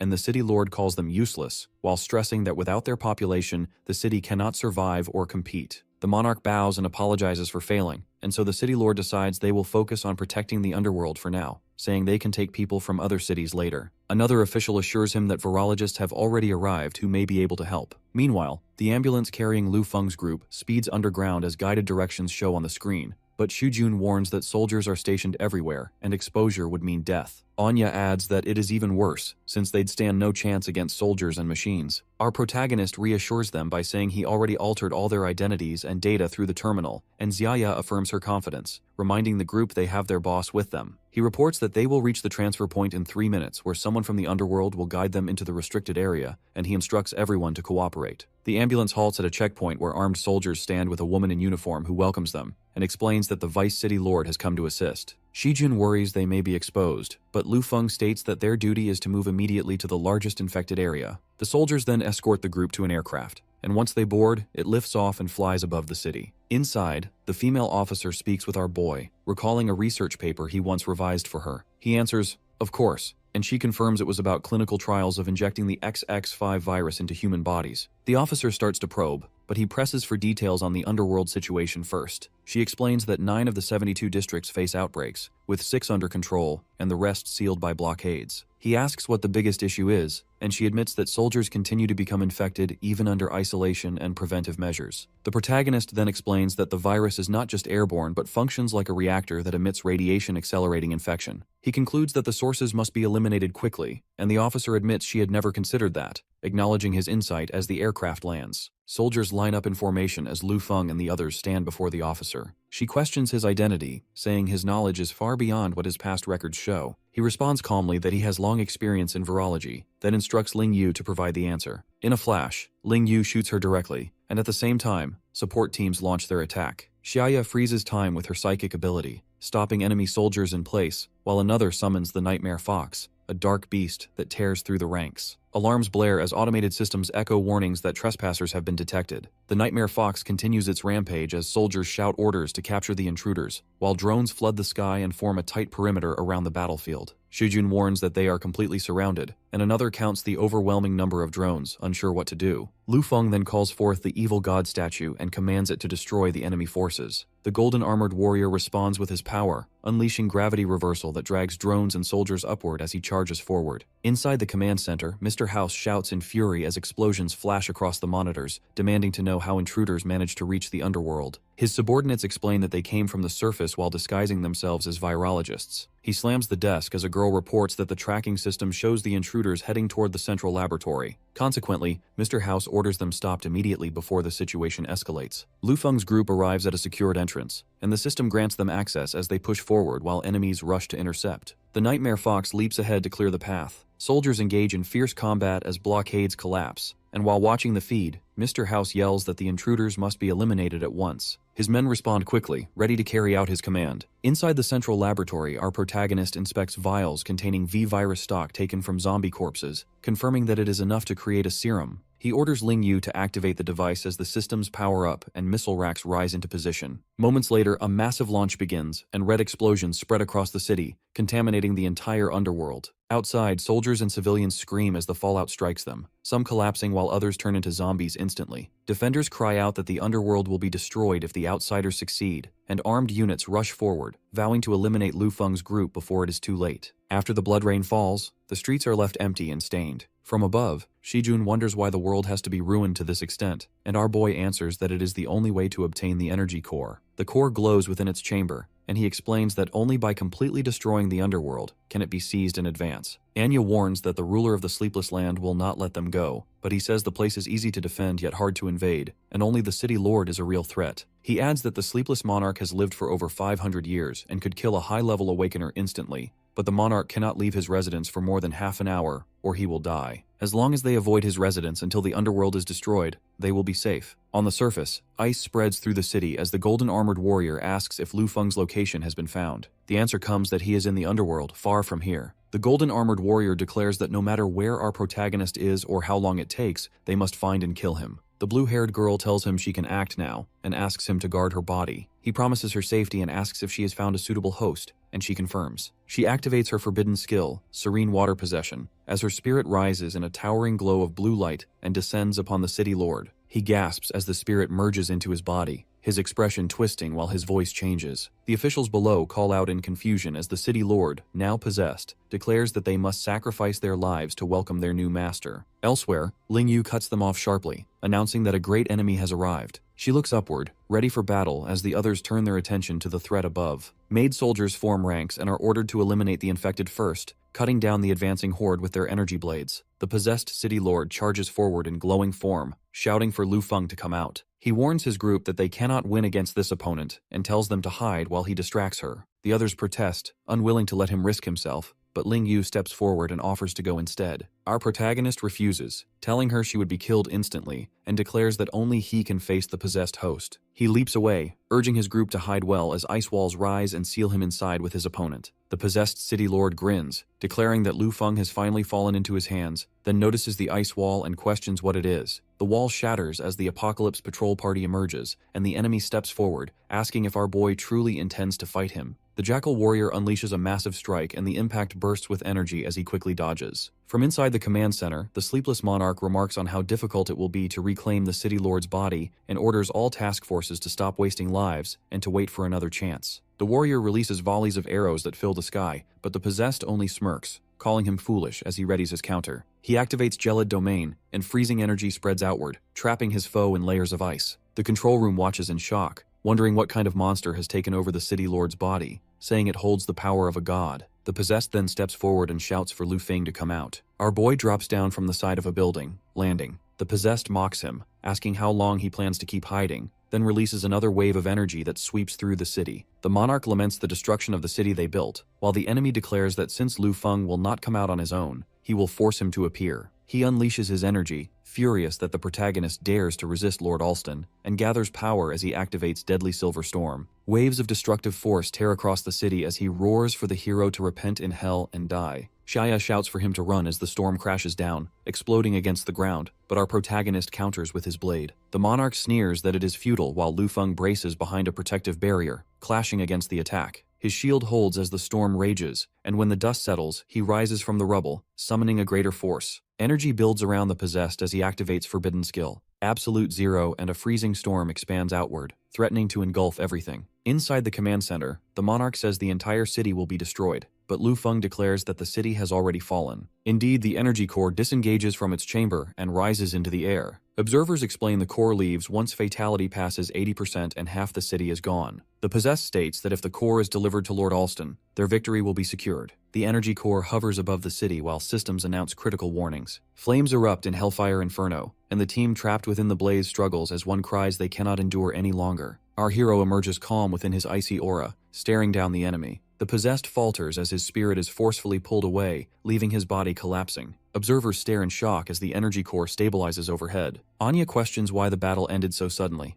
wondering what Lu Feng did to strip away the enemy's soul so directly. Ling Yu suggests maybe he had been preparing them for this moment all along. Xia mutters that her boss must have set everything up long before now, and she calls him the man she has decided to follow. Above the battlefield, the blue-haired girl stands with her companion as mechanical soldiers and zombies roar while pushing forward. She asks him what is happening, and he explains he has no idea. The zombies surrounded them, and then heavy fire suddenly tore into their ranks without warning. The enemies block the shots and shout that they are being sniped. On a rooftop, a man with a launcher reports to Lu Feng that he followed the plan, while a woman stands quietly beside him. He demands his payment, but our protagonist steps closer and replies that after going through cycles together, he will not give him even half a penny. In the city above, rockets explode and the pair look up as an air raid siren begins to wail. An announcement declares that with the city lord's energy core gone, the self-destruction program has started. Inside a control room, people panic as the nuclear launch countdown appears. They shout that 80% of the world's population is already dead, and this will wipe out the rest. The monarch warns that without the energy core, there is no way to escape. The timer drops to 2 minutes and 40 seconds. The team races through the streets while Shujun panics that it has not even been 30 days. No warning appeared, and there is no way to escape a nuclear blast. Another voice cries out that civilization itself will be erased. Anya urges them to find a shelter first and mutters about the stalker, while Xiaya steadies herself and says she trusts our boy will come to save them. The timer drops to 2 minutes. High above the city, Lu Feng faces the massive energy sphere and commands Dreadnought to begin its upgrade. A bright beam shoots into the sky as the structure shifts and expands. Inside the sphere, mechanical layers split apart, energy flowing as the system reconfigures. The countdown ticks to 1 minute and 20 seconds. On the ground, Anya points ahead and orders everyone to get into cover.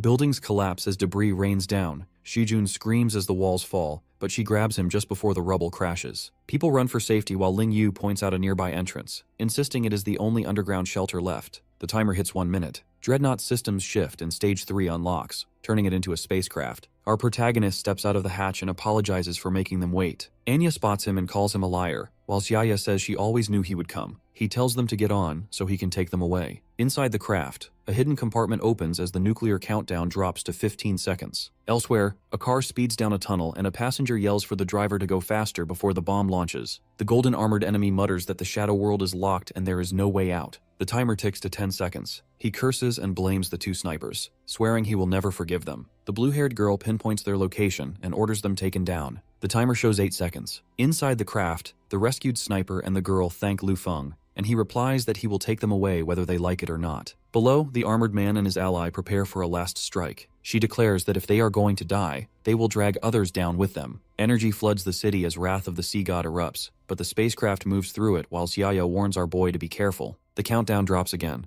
At 3 seconds, the missile launches, and at 1 second it streaks into the sky trailing fire. Flames burst across the horizon as the missile ignites, and the enemy charges through the rising water barrier, shouting that they will not let them escape. Blue energy swirls around the craft as Lu Feng warns everyone to hold tight, and the ship activates warp, tearing open a path through space. The vessel shoots into hyperspace and vanishes from the shadow world just as the missile detonates. Moments later, the ship reappears above Earth, and the mercenary notes they are the only survivors. Inside the control room, Anya asks what they should do next, whether they must remain in space for 30 days or if they can enter another world. Our protagonist explains they do not have the special item required to travel between worlds. Xiaya comments that things would be more interesting if they had it, but he ends the discussion and tells them it is time to go home. The spacecraft leaves orbit, and a system message announces that Sleepless Land has been destroyed, the game has ended early, and the survivors will be teleported. 3 days later in London, a global conference takes place. Inside, Luo Shui sits with her friend, who asks why she spent so much to attend. She explains it is because she wants Dr. L to operate on her grandfather's brain.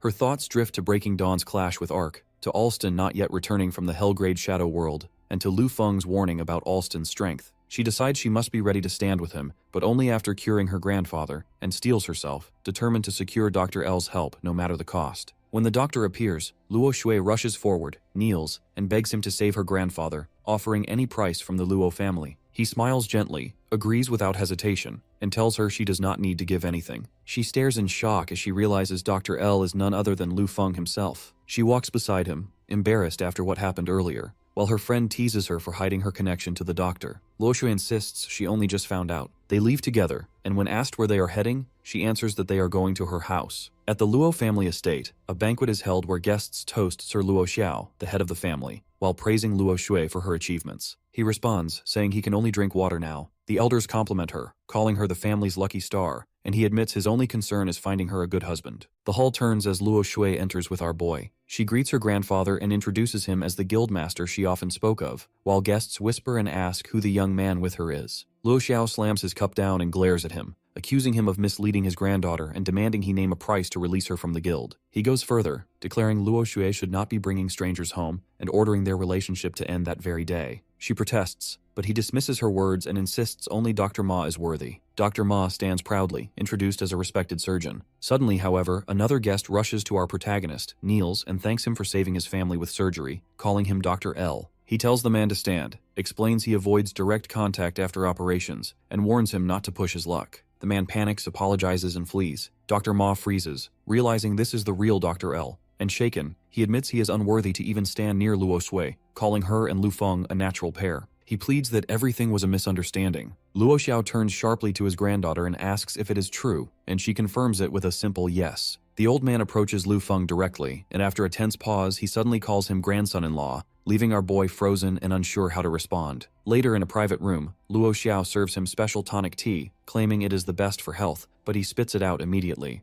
The elder waves off the reaction, saying times have changed and young people can live as they want, then asks Luo Shui to show him around since coming here was not easy. She suggests the guest room, but her grandfather insists otherwise and pushes them toward another room, telling the youngsters not to mind him. Inside, she nervously calls his name, but the hero calmly says he will sleep on the sofa. She asks if he is confident about curing her grandfather, and he answers that Dr. L never fails. The surgery preparations begin, and the operation itself is carried out. 5 days later, Luo Shui drives him through the city, thanking him for curing her grandfather. Our protagonist jokes about staying in London longer than expected and remarks on the magazines. People notice her behind the wheel and are surprised. Inside the car, he asks if she has been training all night recently. She hesitates, questioning how he knew, and he explains he received a video from her grandfather. Luo Shui admits she cannot help training harder because she is determined to become strong enough to fight beside him. She tells him she knows he has carried 3,000 years alone, but she will do whatever it takes to catch up, declaring she wants to stand by his side. Lu Feng smiles slightly and calls her silly for saying that, reminding her she has always been with him.